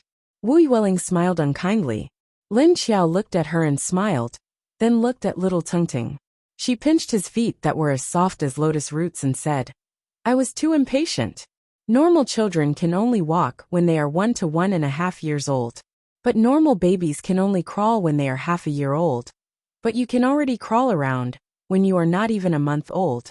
Although little Tungting was not an ordinary child, his growth rate was really too fast. But he could speak as soon as he was born, so she definitely could not look at him with the eyes of a normal baby. "I'm about to grow teeth saliva." At this time, little Tungting suddenly raised his head and said to Lin Xiao. Then, she saw a clear liquid slide down from the corner of his mouth. Lin Xiao quickly wanted to find a tissue, but Wu Yueling next to her took out a small towel and handed it to her. Lin Xiao took a look and understood that this was the towel that little Tungting used to wipe his saliva. Since she could use a towel, it was better to use a tissue sparingly, although the base and Sea City could now make new tissues, because they had to go out of the base to collect raw materials. Tissue and toilet paper were still very precious. "Open your mouth and let me see," Lin Xiao said to little Tungting with some anticipation, after wiping his saliva. Fortunately, this kid still knew to remind her, otherwise the front of her clothes would have been wet with his saliva from time to time. "Ah!" Little Tungting opened his mouth wide and let out a soft sound. Lin Xiao tilted her head and looked at the gums of his lower incisors. Sure enough, she saw 2 small white teeth. "They're growing quite fast," Lin Xiao said as he gently touched them with his fingers to feel the hardness of the 2 small teeth. At this time, Wu Qingyue came out of the kitchen with a bowl of food and put it on the table. "I think so too. But since it's grown, his stomach should be able to adapt to other food soon. Has the matter just been solved?" Lin Xiao grunted. "Kind of, but it's only temporary. The fundamental problem hasn't been solved yet. After all, it's a new type of superpower. It can't be solved so quickly. I need time." Wu Qingyue glanced at her, then turned around and went into the kitchen. Lin Xiao looked up at him, then said to Wu Yueling, "It's almost time to eat. Lingling, go wash your hands and take your seat." Wu Yueling nodded and went to wash her hands obediently. Lin Xiao carried Xiaotingting and dragged his little but with one hand. Then, she stood up and walked to the kitchen door to look at Wu Qingyue. After glancing at him, she walked to the empty chair at the dining table and put him down. Then he went into the kitchen to get a bowl and asked, "Where's little Tung's rice?" Wu Qingyue glanced at the clay pot on the stove and said, "In the clay pot." Lin Xiao found a ladle and opened the casserole. Looking inside, there was golden egg custard. She asked Wu Qingyue while scooping the egg custard into the bowl, "When are you going back to High City?" Wu Qingyue continued to scoop up the dishes and replied, "Are you trying to chase me away?" After Lin Xiao scooped up the egg custard, she put the lid back on the clay pot. She glanced at him and realized that he had switched to an expressionless face. His expression didn't change because he was talking to her. His gaze was focused on the movements of his hands as he put the dishes on the plate. His exquisite side profile had a serious expression. Lin Xiao was already used to this look of his. But no matter how many times she saw it, she would always be attracted to this look of his. At this moment, Wu Qingyue scooped up the dishes in his hands. Suddenly, he turned his head and met her eyes. Then he said with a smile, "I realized that you really like to watch me cook, and you're even fascinated by it. It seems like I'm more charming when I cook than usual." Seeing him smile, Lin Xiao's aura of a male god just now was broken. Moreover, when she heard what he said, she immediately rolled her eyes at him, turned around, and walked out with Xiaoting's bowl. Wu Qingyue automatically accepted her eye roll and followed her out. As he walked, he said, "Why don't you admit it? Back then, when you turned transparent and stayed in my house, you would often watch me while I was cooking. Don't think I didn't notice." Lin Xiao said angrily, "That's your illusion." She walked to Xiaotingting's side and sat down. Then, she picked up Xiaotingting's ceramic spoon and began to stir the steaming egg custard in his bowl. "Why won't you admit it? Mama, you clearly saw it." At this time, Little Tung-Ting tugged at Lin Xiao's leg. Lin Xiao stopped what he was doing and stared at him silently. Tung-Ting immediately turned his head to look at Wu Qingyue guiltily. Then he muttered softly, "I didn't say anything wrong." Lin Xiao said coldly to the back of his head, "Do you still want to eat this meal?" Tung-Ting immediately turned around and obediently sat down. Like an obedient child, he said, "Yes." Lin Xiao said angrily, "Then don't talk nonsense." After saying that, she held the bowl in one hand and the spoon in the other. She gently blew on the egg custard in the spoon, and then touched the temperature of the spoon with her lips. When she felt that it was enough, she reached out to little Tung-Tung. "Open your mouth." Wu Yueling, who was sitting in her seat and waiting for the meal, also looked at little Tung-Tung and said seriously, "Eat well. Don't talk while eating." This meal was only for the three of them. Lin Xiao was only responsible for feeding them. However, this made Wu Qingyue eat a little more easily than before. After eating, she washed the two children's feet and important parts. She didn't dare to wash them all. It was already cold now. The weather was very dry, and it wasn't good to bathe the children every day. After the bath, little Tung-Ting sat in Lin Xiao's arms and flopped around. "Mama, say it." Lin Xiao looked at him blankly. "Say what?" Little Tung-Ting asked. "Didn't you say that there are a lot of strange things coming out of the ground? What do they look like?" I'm drooling again." However, before he finished speaking, his mouth began to drool again. Lin Xiao wiped him with a towel and said, "Some look like giant insects, and some are very big monsters. There is also a monster with eyes all over its head, and it only crawls on two legs." Little Tung-Tung imagined something with a head full of eyes in his mind, and then said curiously, "What are they? Why do they come out of the ground?" Although little Tung-Tung was only a little curious, Wu Yueling, who was next to him, was a little scared after imagining it. Because when she thought of the monster with so many eyes staring at her, she felt terrified.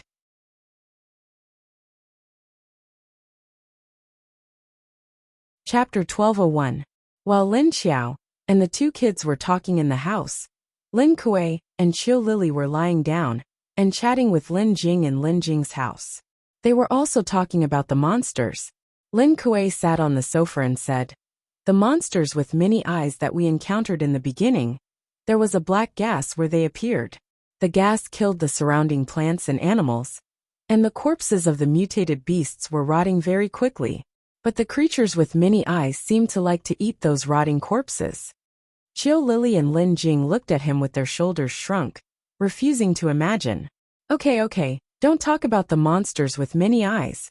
It's all your fault for describing it so clearly. My mind is filled with the images of many eyes now." Qiu Lily suddenly reached out to stop him, and turned her head away with a conflicted expression. Lin Kuei smiled good-naturedly and said, "You're the ones who asked me. But you don't have to be so honest and clear." Qiu Lily turned her head back and looked at him with a depressed expression. Lin Jing smiled and said to Qiu Lily, "I can't help it. Kuei is just a little serious." Then she asked Lin Kuei, "Didn't you say that you would meet more later? What else did you guys meet? Monsters that we've never seen before? Could they be mutated beasts?" Lin Kuei shook his head and said, "They don't look like mutated beasts that we know of. Even if they were mutated beasts, their appearance didn't change much. Apart from being 10 times bigger than before, only their internal attributes changed a lot. Oh, we also met a big cat with 6 legs and a fiery red body. Its face looked more like a lion, but it had a tail like a snake's body." Qiu Lily's red eyes lit up when she heard about a big cat. She said with some interest, "Is it the one that appeared outside our base not long ago?" Lin Kuei looked at her and said in surprise, "You saw it?" Qiu Lily nodded and said, "I saw it for a while. It was very fast. It's not on the same level as me. I heard from the leader that it followed you guys back." Lin Ran nodded, then revealed a puzzled expression and said, "Yes, when we first encountered it, we hadn't even left the territory. After it appeared, the surrounding plants all turned into sand. But living creatures are fine. What a strange property." Qiu Lily asked, "But the leader didn't attack it. Didn't it attack you?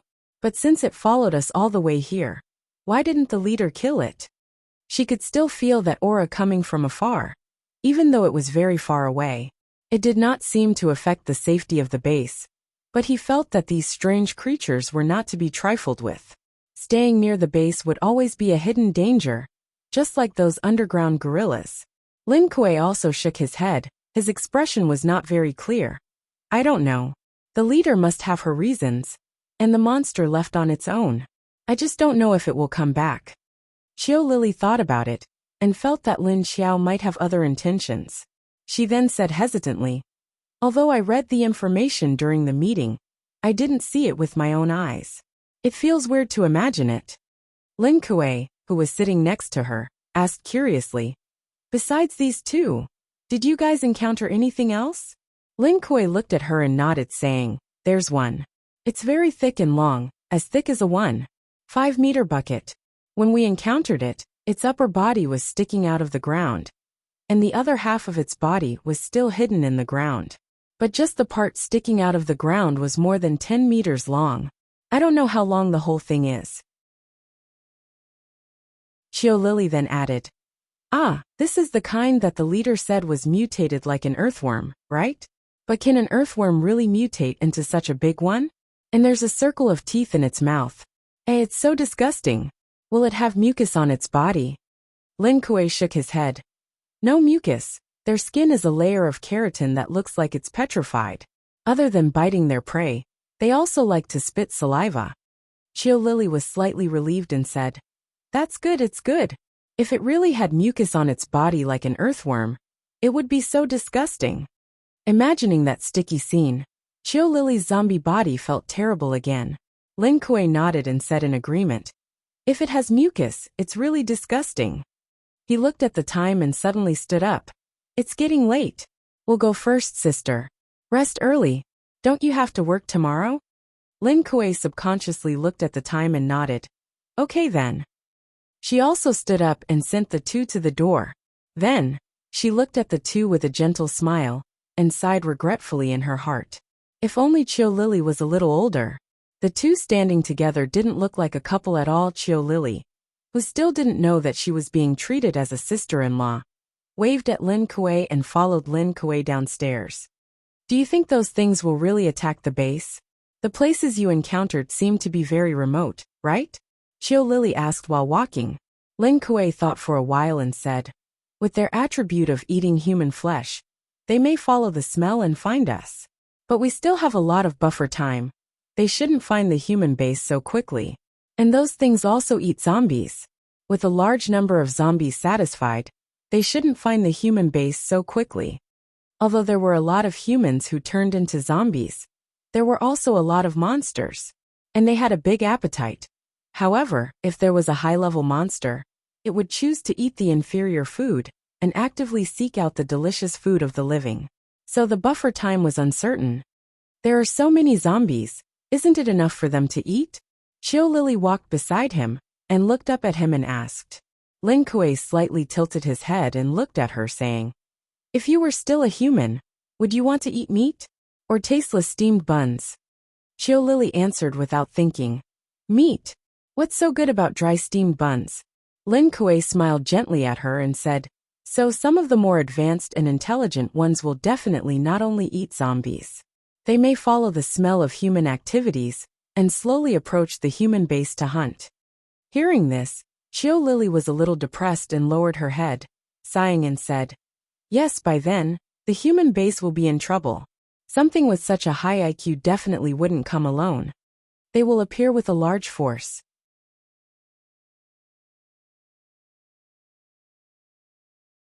Chapter 1202. Looking at Qiu Lily's sad face, Lin Kuei's footsteps slowed down. He couldn't help but reach out and touch her head. It'll be fine. I believe that leader will find a way to deal with it. We won't lose the base. After all, this was the place where they decided to settle down. After living here for so long, they almost had a sense of belonging. Qiu Lily raised her head and looked at him, then suddenly slapped his hand away. She said with dissatisfaction, don't touch my head. Are you bullying me because I'm short? You're messing up my hair. With that, she turned her face away and skipped down the stairs. He took out his sunglasses, put them on, and walked out of the building. Lin Kuei turned his head to look, took out his sunglasses, and put them on before following them out. After a while, some people who lived here came in. They didn't realize that Lin Kuei and Qiu Lily were actually two zombies. Qiu Lily didn't walk far from the community before she jumped and disappeared. When she appeared again 10 seconds later, she was already on the roof of the residential building in the second base. She found her exclusive seat and sat down. She didn't like to stay in her room. She liked to be on the roof. There was wind above, so she could see far away, so she could pay attention to the movements in the distance. After a while, the staircase door on the roof was opened again. A big black panther walked out with elegant steps. It turned its head to look at Qiu Lily's position and swung its long black tail. Qiu Lily turned her head and saw that he had turned into a black panther. Her eyes flashed and the red in her eyes became brighter. She waved at Lin Kuei. "Come here." The black panther walked over slowly, then jumped lightly to her side and sat down. Its tail swung left and right. Qiu Lily reached out and touched the fur on the black panther's chest. It was smooth and didn't get tired of touching it. The black panther suddenly swung its tail quickly, then turned its head and said to her with its leopard face, "In fact, I wanted to say this a long time ago. Even if I'm not in a human form, you're still molesting me, right? Are your chest muscles strong?" Every time, she would either touch his head or his chest, which made his heart itch and feel strange. Qiu Lily was stunned when she heard that, and then she quickly retracted her hand. Then in the next second, he felt that his reaction was a little too big. It didn't seem necessary, right? Soon, she looked up at Heibao, who was taller than her even when sitting down, and said unhappily, "What? You're taller than me even when sitting down, and I can only touch here. Do you want me to touch your claws? Do you think I'm short?" Lin Kuei lifted a big paw for her and said, "I don't mind if you want to touch me." Smack! Qiu Lily slapped his black claw away, then turned her head and flung her ponytail at his face. She pouted and snorted. "I don't want to. Your paws are too dirty on the ground. Besides, if you really don't want me to touch you, then don't come near me. You were the one who leaned on me sometimes." Lin Kuei looked at the side of her face. The leopard smiled slightly, and its two round eyes narrowed. His tail gently hooked Qiu Lily's long hair from time to time. He said, "I heard that you were with the leader at the beginning. What was the situation like when you met? Did you guys have a fight? I heard that she was still very weak at that time." Qiu Lily thought of the first time she met Lin Xiao, and she smiled and said, "She was indeed very weak at that time. She was only level 3 or 4, but we didn't fight. Because she was just passing by, I sent low-level zombies to stop her in advance. I wanted her to pass by the other way, because that was my territory. But she didn't turn around and leave like other zombies. Instead, she drove there and parked there. I felt strange at that time. I was wondering why there was a car sound. But there was no human smell in the car. It was a zombie's. So I went to take a look. Then I saw her sitting in the driver's seat, looking at me calmly." Speaking of the first time she met Lin Xiao, Qiu Lily seemed a little excited. She continued, "Then we just looked at each other from a safe distance. I thought that a normal zombie wouldn't be able to drive, right? So I felt that she was very strange. I tried to ask her a few times, and then she opened the door and got out. At that time, I saw that she was wearing a clean camouflage military uniform. Although her face was ugly, her temperament was very clean. At that time, she took out a small notebook and wrote on it. I knew that she was rational, human, and had memories like me. I felt like I met a family member at that time." At this time, Qiu Lily revealed a sad and lonely smile, and the red light in her eyes also dimmed. Because before I met her, I was very confused. I felt lonely and scared to be alone. I became a zombie, but I still have human memories. I feel that I am a human, but my body is that of a zombie. I don't dare to be with humans, but I also don't want to be with those zombies who have no rationality and only know how to eat people." Lin Kuei had never seen Qiu Lily like this, because Qiu Lily always gave him the impression that she was clean, a little proud, but very straightforward little girl. She seemed to be happy all day, And she didn't care about other people and zombies except for the leader. He didn't expect that she would have this kind of sad and lonely moment. He couldn't help but raise a paw to pat her head. But before he touched her, he suddenly thought that his paw might be covered in dust. So he wiped it on the hair on his chest, and then stretched out his hand to pat her head twice. Chill Lily was brought back to reality by his action, and her little face immediately became angry. She slapped away the paw that he hadn't retracted in time, and then scolded unhappily. "How dare you use your paw to hit my head? How dirty!" Lin Kuei innocently took back his paw in the air, and said, "I wiped it clean." Chill Lily snorted, and then turned her head. Then she ignored him, looked into the distance and said, "If I didn't meet Xiao Qiao, I would still be alone outside with those inhumane and rational zombies. I'm afraid of being alone." Lin Kuei looked at her in silence for 2 seconds and suddenly said, "Don't worry, you won't be alone in the future. We're all here. As long as this base is still here, you won't be alone." As the two of them sat and chatted, a white head appeared from the corner of the roof of another building behind them. A wrinkled face of an old man looked at Chill Lily's figure of beauty and beast with a smile. A small figure appeared behind him, and then rolled his eyes at him. Then he walked over and pulled him away. "Ha! What are you doing, Xiaoxi? Where are you pulling me to?" Old Guo was suddenly pulled back, and he was shocked. Seeing it was Xiaoxi, he immediately lowered his voice and asked him. Then he saw Xiaoxi put up a notebook, and on the paper was written, "You're so free, so bored that you eavesdropped on others. Then teach me how to study."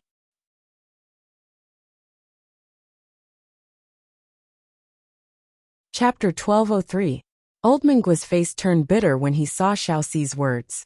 "Alas, I'm already so old. How can I remember your primary school curriculum? Besides, I'm not a teacher." He was a bad student back in the day. Studying and studying was simply killing him. Not to mention teaching children now. Xiaoxi wrote on the notebook. "Then why don't you teach me how to read? You're an adult. You should know more words than me." Old Mingua looked at him, and was suspicious for a few seconds. That might not be the case. He didn't even remember how to use pinyin.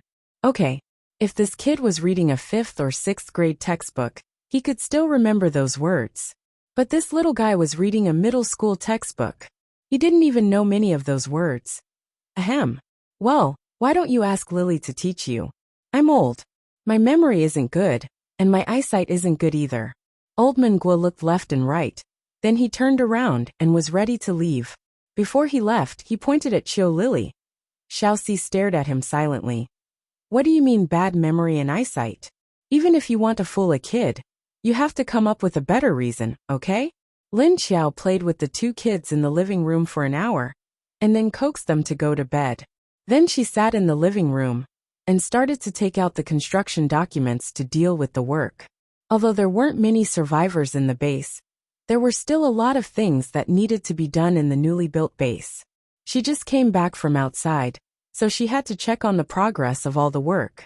Moreover, Yuan Tianxing, one of the laborers, had collapsed, so she couldn't stay idle anymore. There were a lot of small things that she had to look over. After Wu Qingyue cleaned up the kitchen, he came out to take a shower.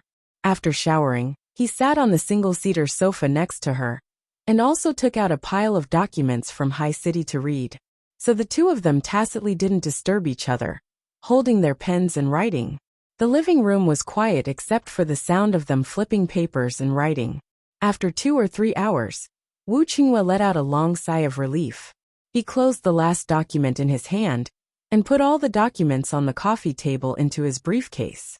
Then, he looked at Lin Xiao's movements. It seemed that he wasn't going to stop. He stood up and put his briefcase on the cabinet by the wall. Then he sat on the sofa beside Lin Xiao and reached out to take the document she was reading. He closed it and threw it on the table. What for? Lin Xiao, who was concentrating on looking at something, was stunned by his action. She turned her head and glared at him unhappily. It's almost time. Don't tell me you want to see the sun rise? So many. Wu Qingyue said to her with a smile, then glanced at the pile of untouched documents on the other armchair. Can't I? It's not like I need to sleep. Lin Xiao calmly glanced at him, picked up the document he had thrown down, and continued to read. She had a lot of things to do now, so she had to finish reading these documents tonight. He still had to go to the zombie army tomorrow to help everyone level up. At least in this batch of zombie leaders that she brought out, there were a few that were about to level up. Also, Xiedong's strength had to be raised to level 7 as soon as possible.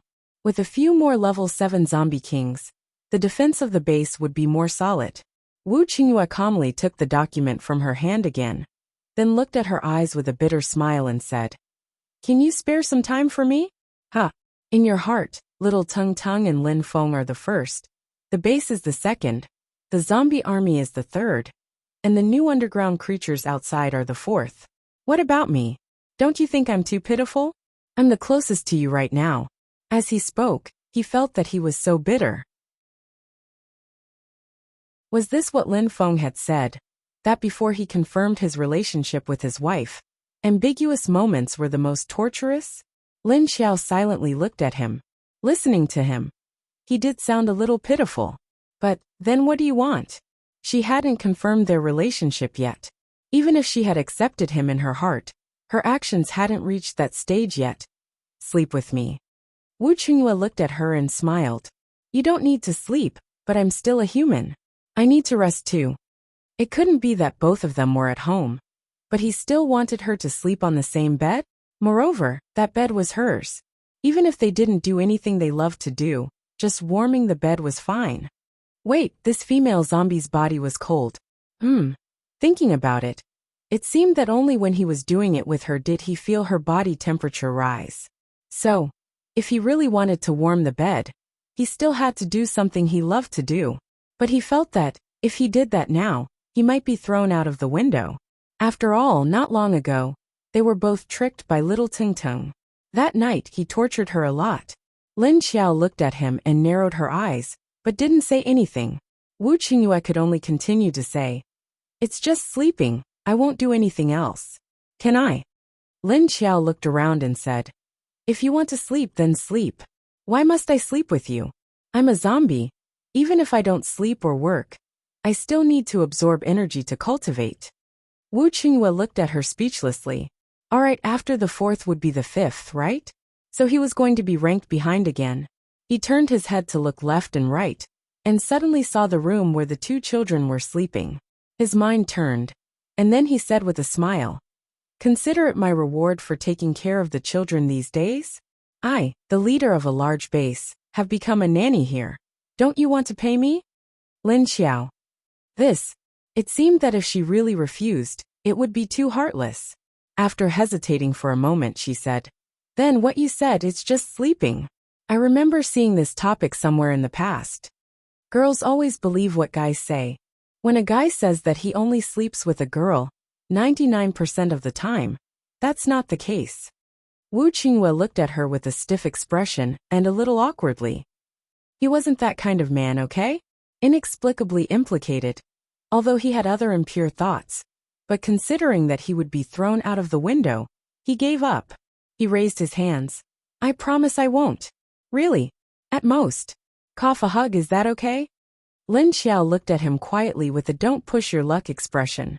Wu Qingyue's momentum immediately weakened. At this time, Lin Xiao moved her eyes to the pile of documents on the coffee table and said, "Okay, then I'll lie next to you and absorb energy. If you do anything else to affect me, you can try it." Wu Qingyue. Should he cry or laugh?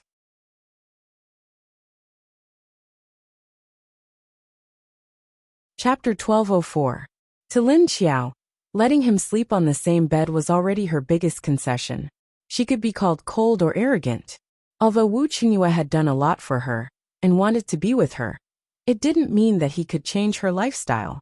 Even if they had a son, she had already given half of her son to him. She didn't monopolize Xiaotingting. That should be enough. She had the right to choose her own life. It didn't mean that someone could change her life just by sticking to her. She had already planned to live alone. At least, she didn't plan to live a married life with another man. She had the ability to survive in this apocalyptic world and support others. What did she need a man for? Wasn't she still living well without a man? Moreover, she wasn't a beast. She didn't have to do that kind of thing with a man when she was in heat. Being pure and having few desires was actually not bad. Moreover, she was originally a cold person. It wasn't like she would die if she didn't do that kind of thing. Her life principles hadn't changed. Even if she gradually accepted Wu Qingyue into her territory, it didn't mean that he could do whatever he wanted. Only he could because of Xiaotingting. This man had always been in a special position in her heart. He was placed on a delicate balance point. The first reason for two people to form a family was love. Before there was love, there needed to be liking. Before liking, there needed to be a good impression. Although it was easy to say, it wasn't easy to do. She and Wu Qingyue didn't have a good impression of each other from the beginning. They even fought a few times. After all sorts of things happened, perhaps Wu Qingyue's good impression of her had gradually turned into liking, then falling in love with her and understanding her. Lin Xiao could feel the change in his feelings for her, but she couldn't be like him. After all, if someone liked you and fell in love with you, you had to like them and then fall in love with them. After all, they were strangers. She knew that after Xiaotingting was born, Wu Qingyue had already included her and Xiaotingting in his personal territory. He also truly cared about her. If it wasn't for her ability improving at the same speed as him, perhaps her feelings for him would only lean towards the side of kindness. Her previous emotional injury made her close her heart. She no longer looked forward to love and only focused on family. However, she didn't expect Wu Qingyue to be so persistent with her. Fortunately, it wasn't to that extent. She had known him for a long time and understood his character and his feelings for her. It would be a lie to say that she didn't feel anything in her heart, but she still didn't dare to have too many expectations. So, she let him enter her own place and sleep in her own bed. This was already the biggest concession she could make. She couldn't give any more. Okay, I promise I won't do anything. Is that okay? At most, I'll use you as a pillow to comfort my soul. Brother with a certain part of my body, I'll have to trouble you. Wu Qingyue's smile was a little twitching as he said that. He was crying silently in his heart. He didn't know if he was happy or bitter. He was holding the woman he loved in his arms, but he couldn't do anything except sleep. Yes, all men should know the feeling of having their balls hurt. Lin Xiao sensed something and glanced at him. Wu Qingyue immediately smiled and showed her his 8 white teeth. The strength he had just now was completely gone. Lin Xiao put away the official documents on the coffee table before standing up and turning off the lights in the living room. Then she entered the bedroom. After entering the bedroom, she climbed onto the bed. Lin Xiao laid down and took out an 8th level beast core from her space. Then, she looked at Wu Qingyue and closed her eyes to absorb the energy. Letting him stay by her side while absorbing the energy was giving him a lot of trust. Other people would find a quiet and secluded place to absorb the energy to avoid being disturbed. She hoped that this man knew how to be content. After Wu Qingyue walked in and saw that she actually cultivated as she said she would, he could only sigh in his heart. However, since she allowed him to lie by her side while she cultivated, it meant that her trust in him had greatly increased. He pulled the blanket over her body and sat on the bed before turning off the lights.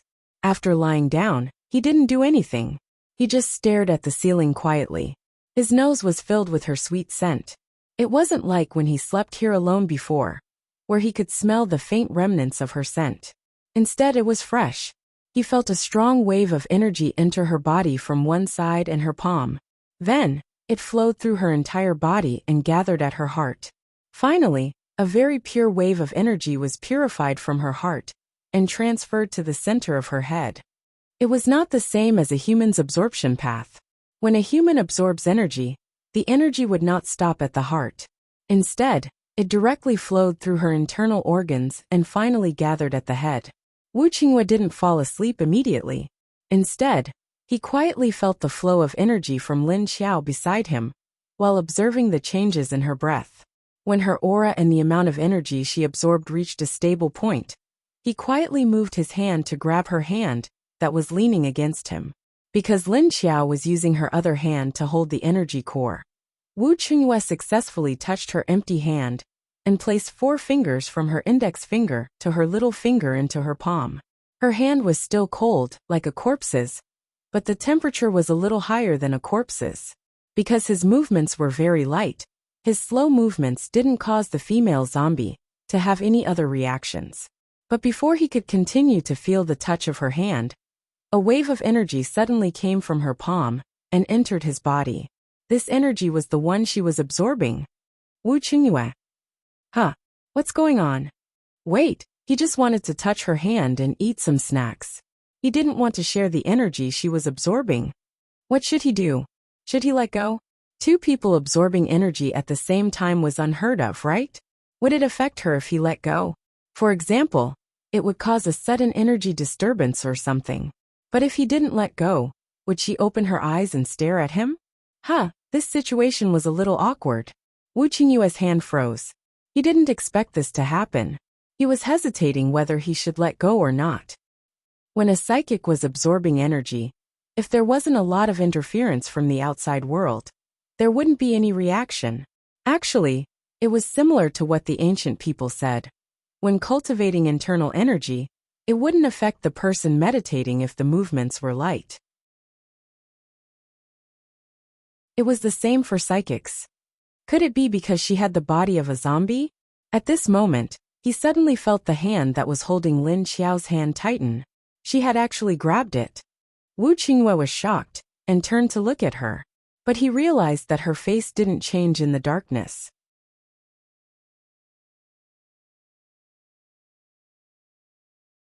Chapter 1205. At this time, the energy from Wu Qingyue's hand began to disperse through his blood vessels, flowing through his tendons and finally to his neck. Lin Xiao continued to absorb the energy, but a part of it was absorbed by Wu Qingyue's side. Wu Qingyue muttered in his heart, "I didn't do it on purpose, don't be angry." Now he couldn't pull his hand back even if he wanted to, because she was grabbing him. Didn't he know that Lin Xiao was grabbing him subconsciously? Or did she already realize that he was also absorbing her energy? She should have realized it. After all, she could also feel the direction and trajectory of the energy flow. Then was she grabbing him because she couldn't let go at this time? At this time, a voice suddenly sounded in his mind, "Don't let go." Wu Qingyue was startled. This voice sounded like it was virtual in his mind. But he could tell that it was Lin Xiao's voice. But what was going on? Telepathy? At this time, Lin Xiao's voice sounded again, and said in a slightly annoyed tone, "I know what you're thinking right now. So don't think about random things." Wu Qingyue immediately threw away all the other thoughts in his mind and cleared it. Without any distracting thoughts, he asked in his heart, "Then what should I do now? Continue to be like this?" Lin Xiao said, "You can't let go even if you want to. Can you feel for yourself if you can cut off this energy?" Wu Qingyue tried, and found that the energy that connected the two of them couldn't be cut off. So, even if they tried to pull their hands out, they couldn't separate. He asked in his heart, "What's going on?" Lin Xiao said indifferently, "How would I know? I told you not to do unnecessary things. Who was the one who didn't listen?" Wu Qingyue was embarrassed for a moment, then said, "So now we can only wait for you to absorb all the energy from this core before we separate?" Lin Xiao maybe. Looking at the huge amount of energy contained in this level 8 core, with their current absorption speed, it would probably take a few days. The difference between level 8 and level 7 was not just one level. It was at least 10 times the energy of a level 7 core. If it wasn't for Lin Xiao's special zombie constitution, Wu Qingyue, a level 8 psychic, wouldn't be able to finish absorbing it in a few days. This was great. The two of them would need a few days to separate in this state. And he couldn't even wake up. He didn't even know if he could absorb 30% of the beast core's energy by daybreak. At the same time, both of them were thinking that the two children would probably have to wake up on their own tomorrow. Fortunately, Duan Wan and Xiao Liqing would come the next morning to take away some of the documents they had reviewed and bring some new ones. Therefore, the two of them should have noticed their leader's current predicament. Just as the two had expected, Tung Tung was the first to wake up the next morning. As soon as he woke up, he immediately felt an unusual energy fluctuation in the room next door.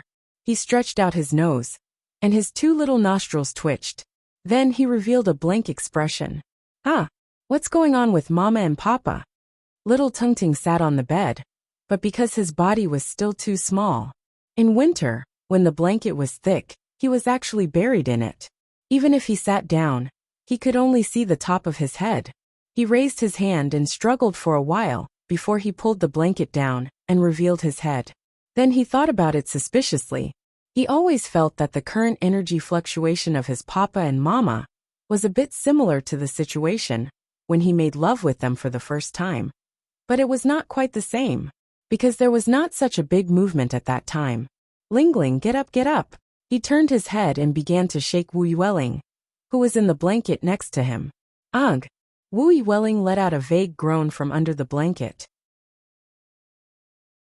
She just moved slightly, and then there was no more movement. Little Tung Tung immediately began to shake her vigorously, and then began to use his sharp baby voice to penetrate the ears. Get up, it's daybreak. Get up, get up. La. Wu Yueling finally reached out a hand from the quilt reluctantly, but when she touched the cold morning air, she retracted her hand in the next second. Then, she curled up into a ball in the quilt and didn't move. Get up, don't stay in bed. Get up. Little Ting Ting couldn't stand it anymore and began to torment her again. Ugh! Wu Yueling let out a weak protest, but she still struggled to sit up. But her eyes were not open yet. Her long hair was scattered down from her head, and there were many strands of hair floating in the air. She sat on the bed, with a pile of quilts piled up to her neck in front of her.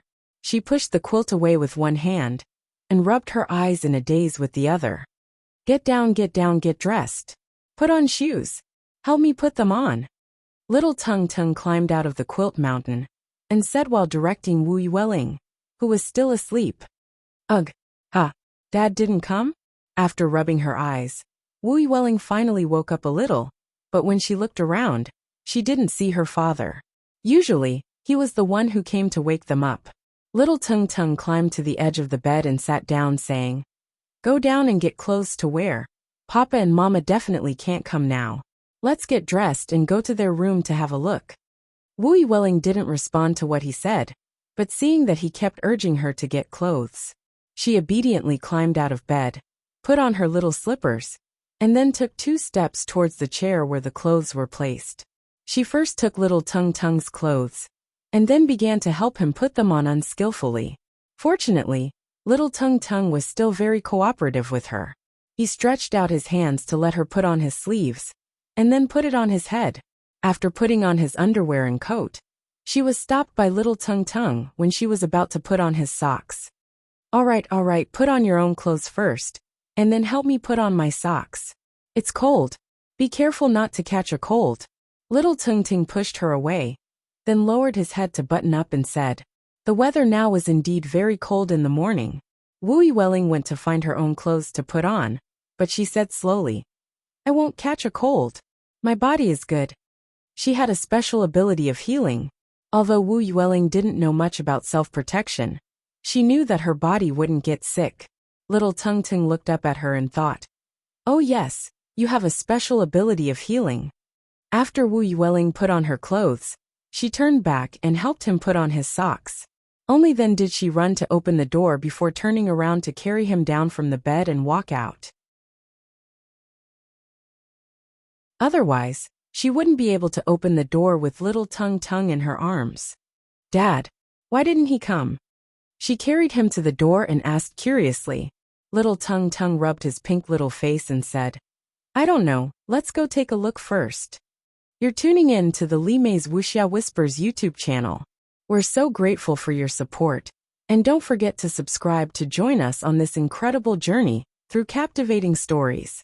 Your generosity through donations truly makes a world of difference, as it's the primary source of revenue that allows me to expand and enhance this channel for you. Thank you from the bottom of my heart for being a part of this adventure.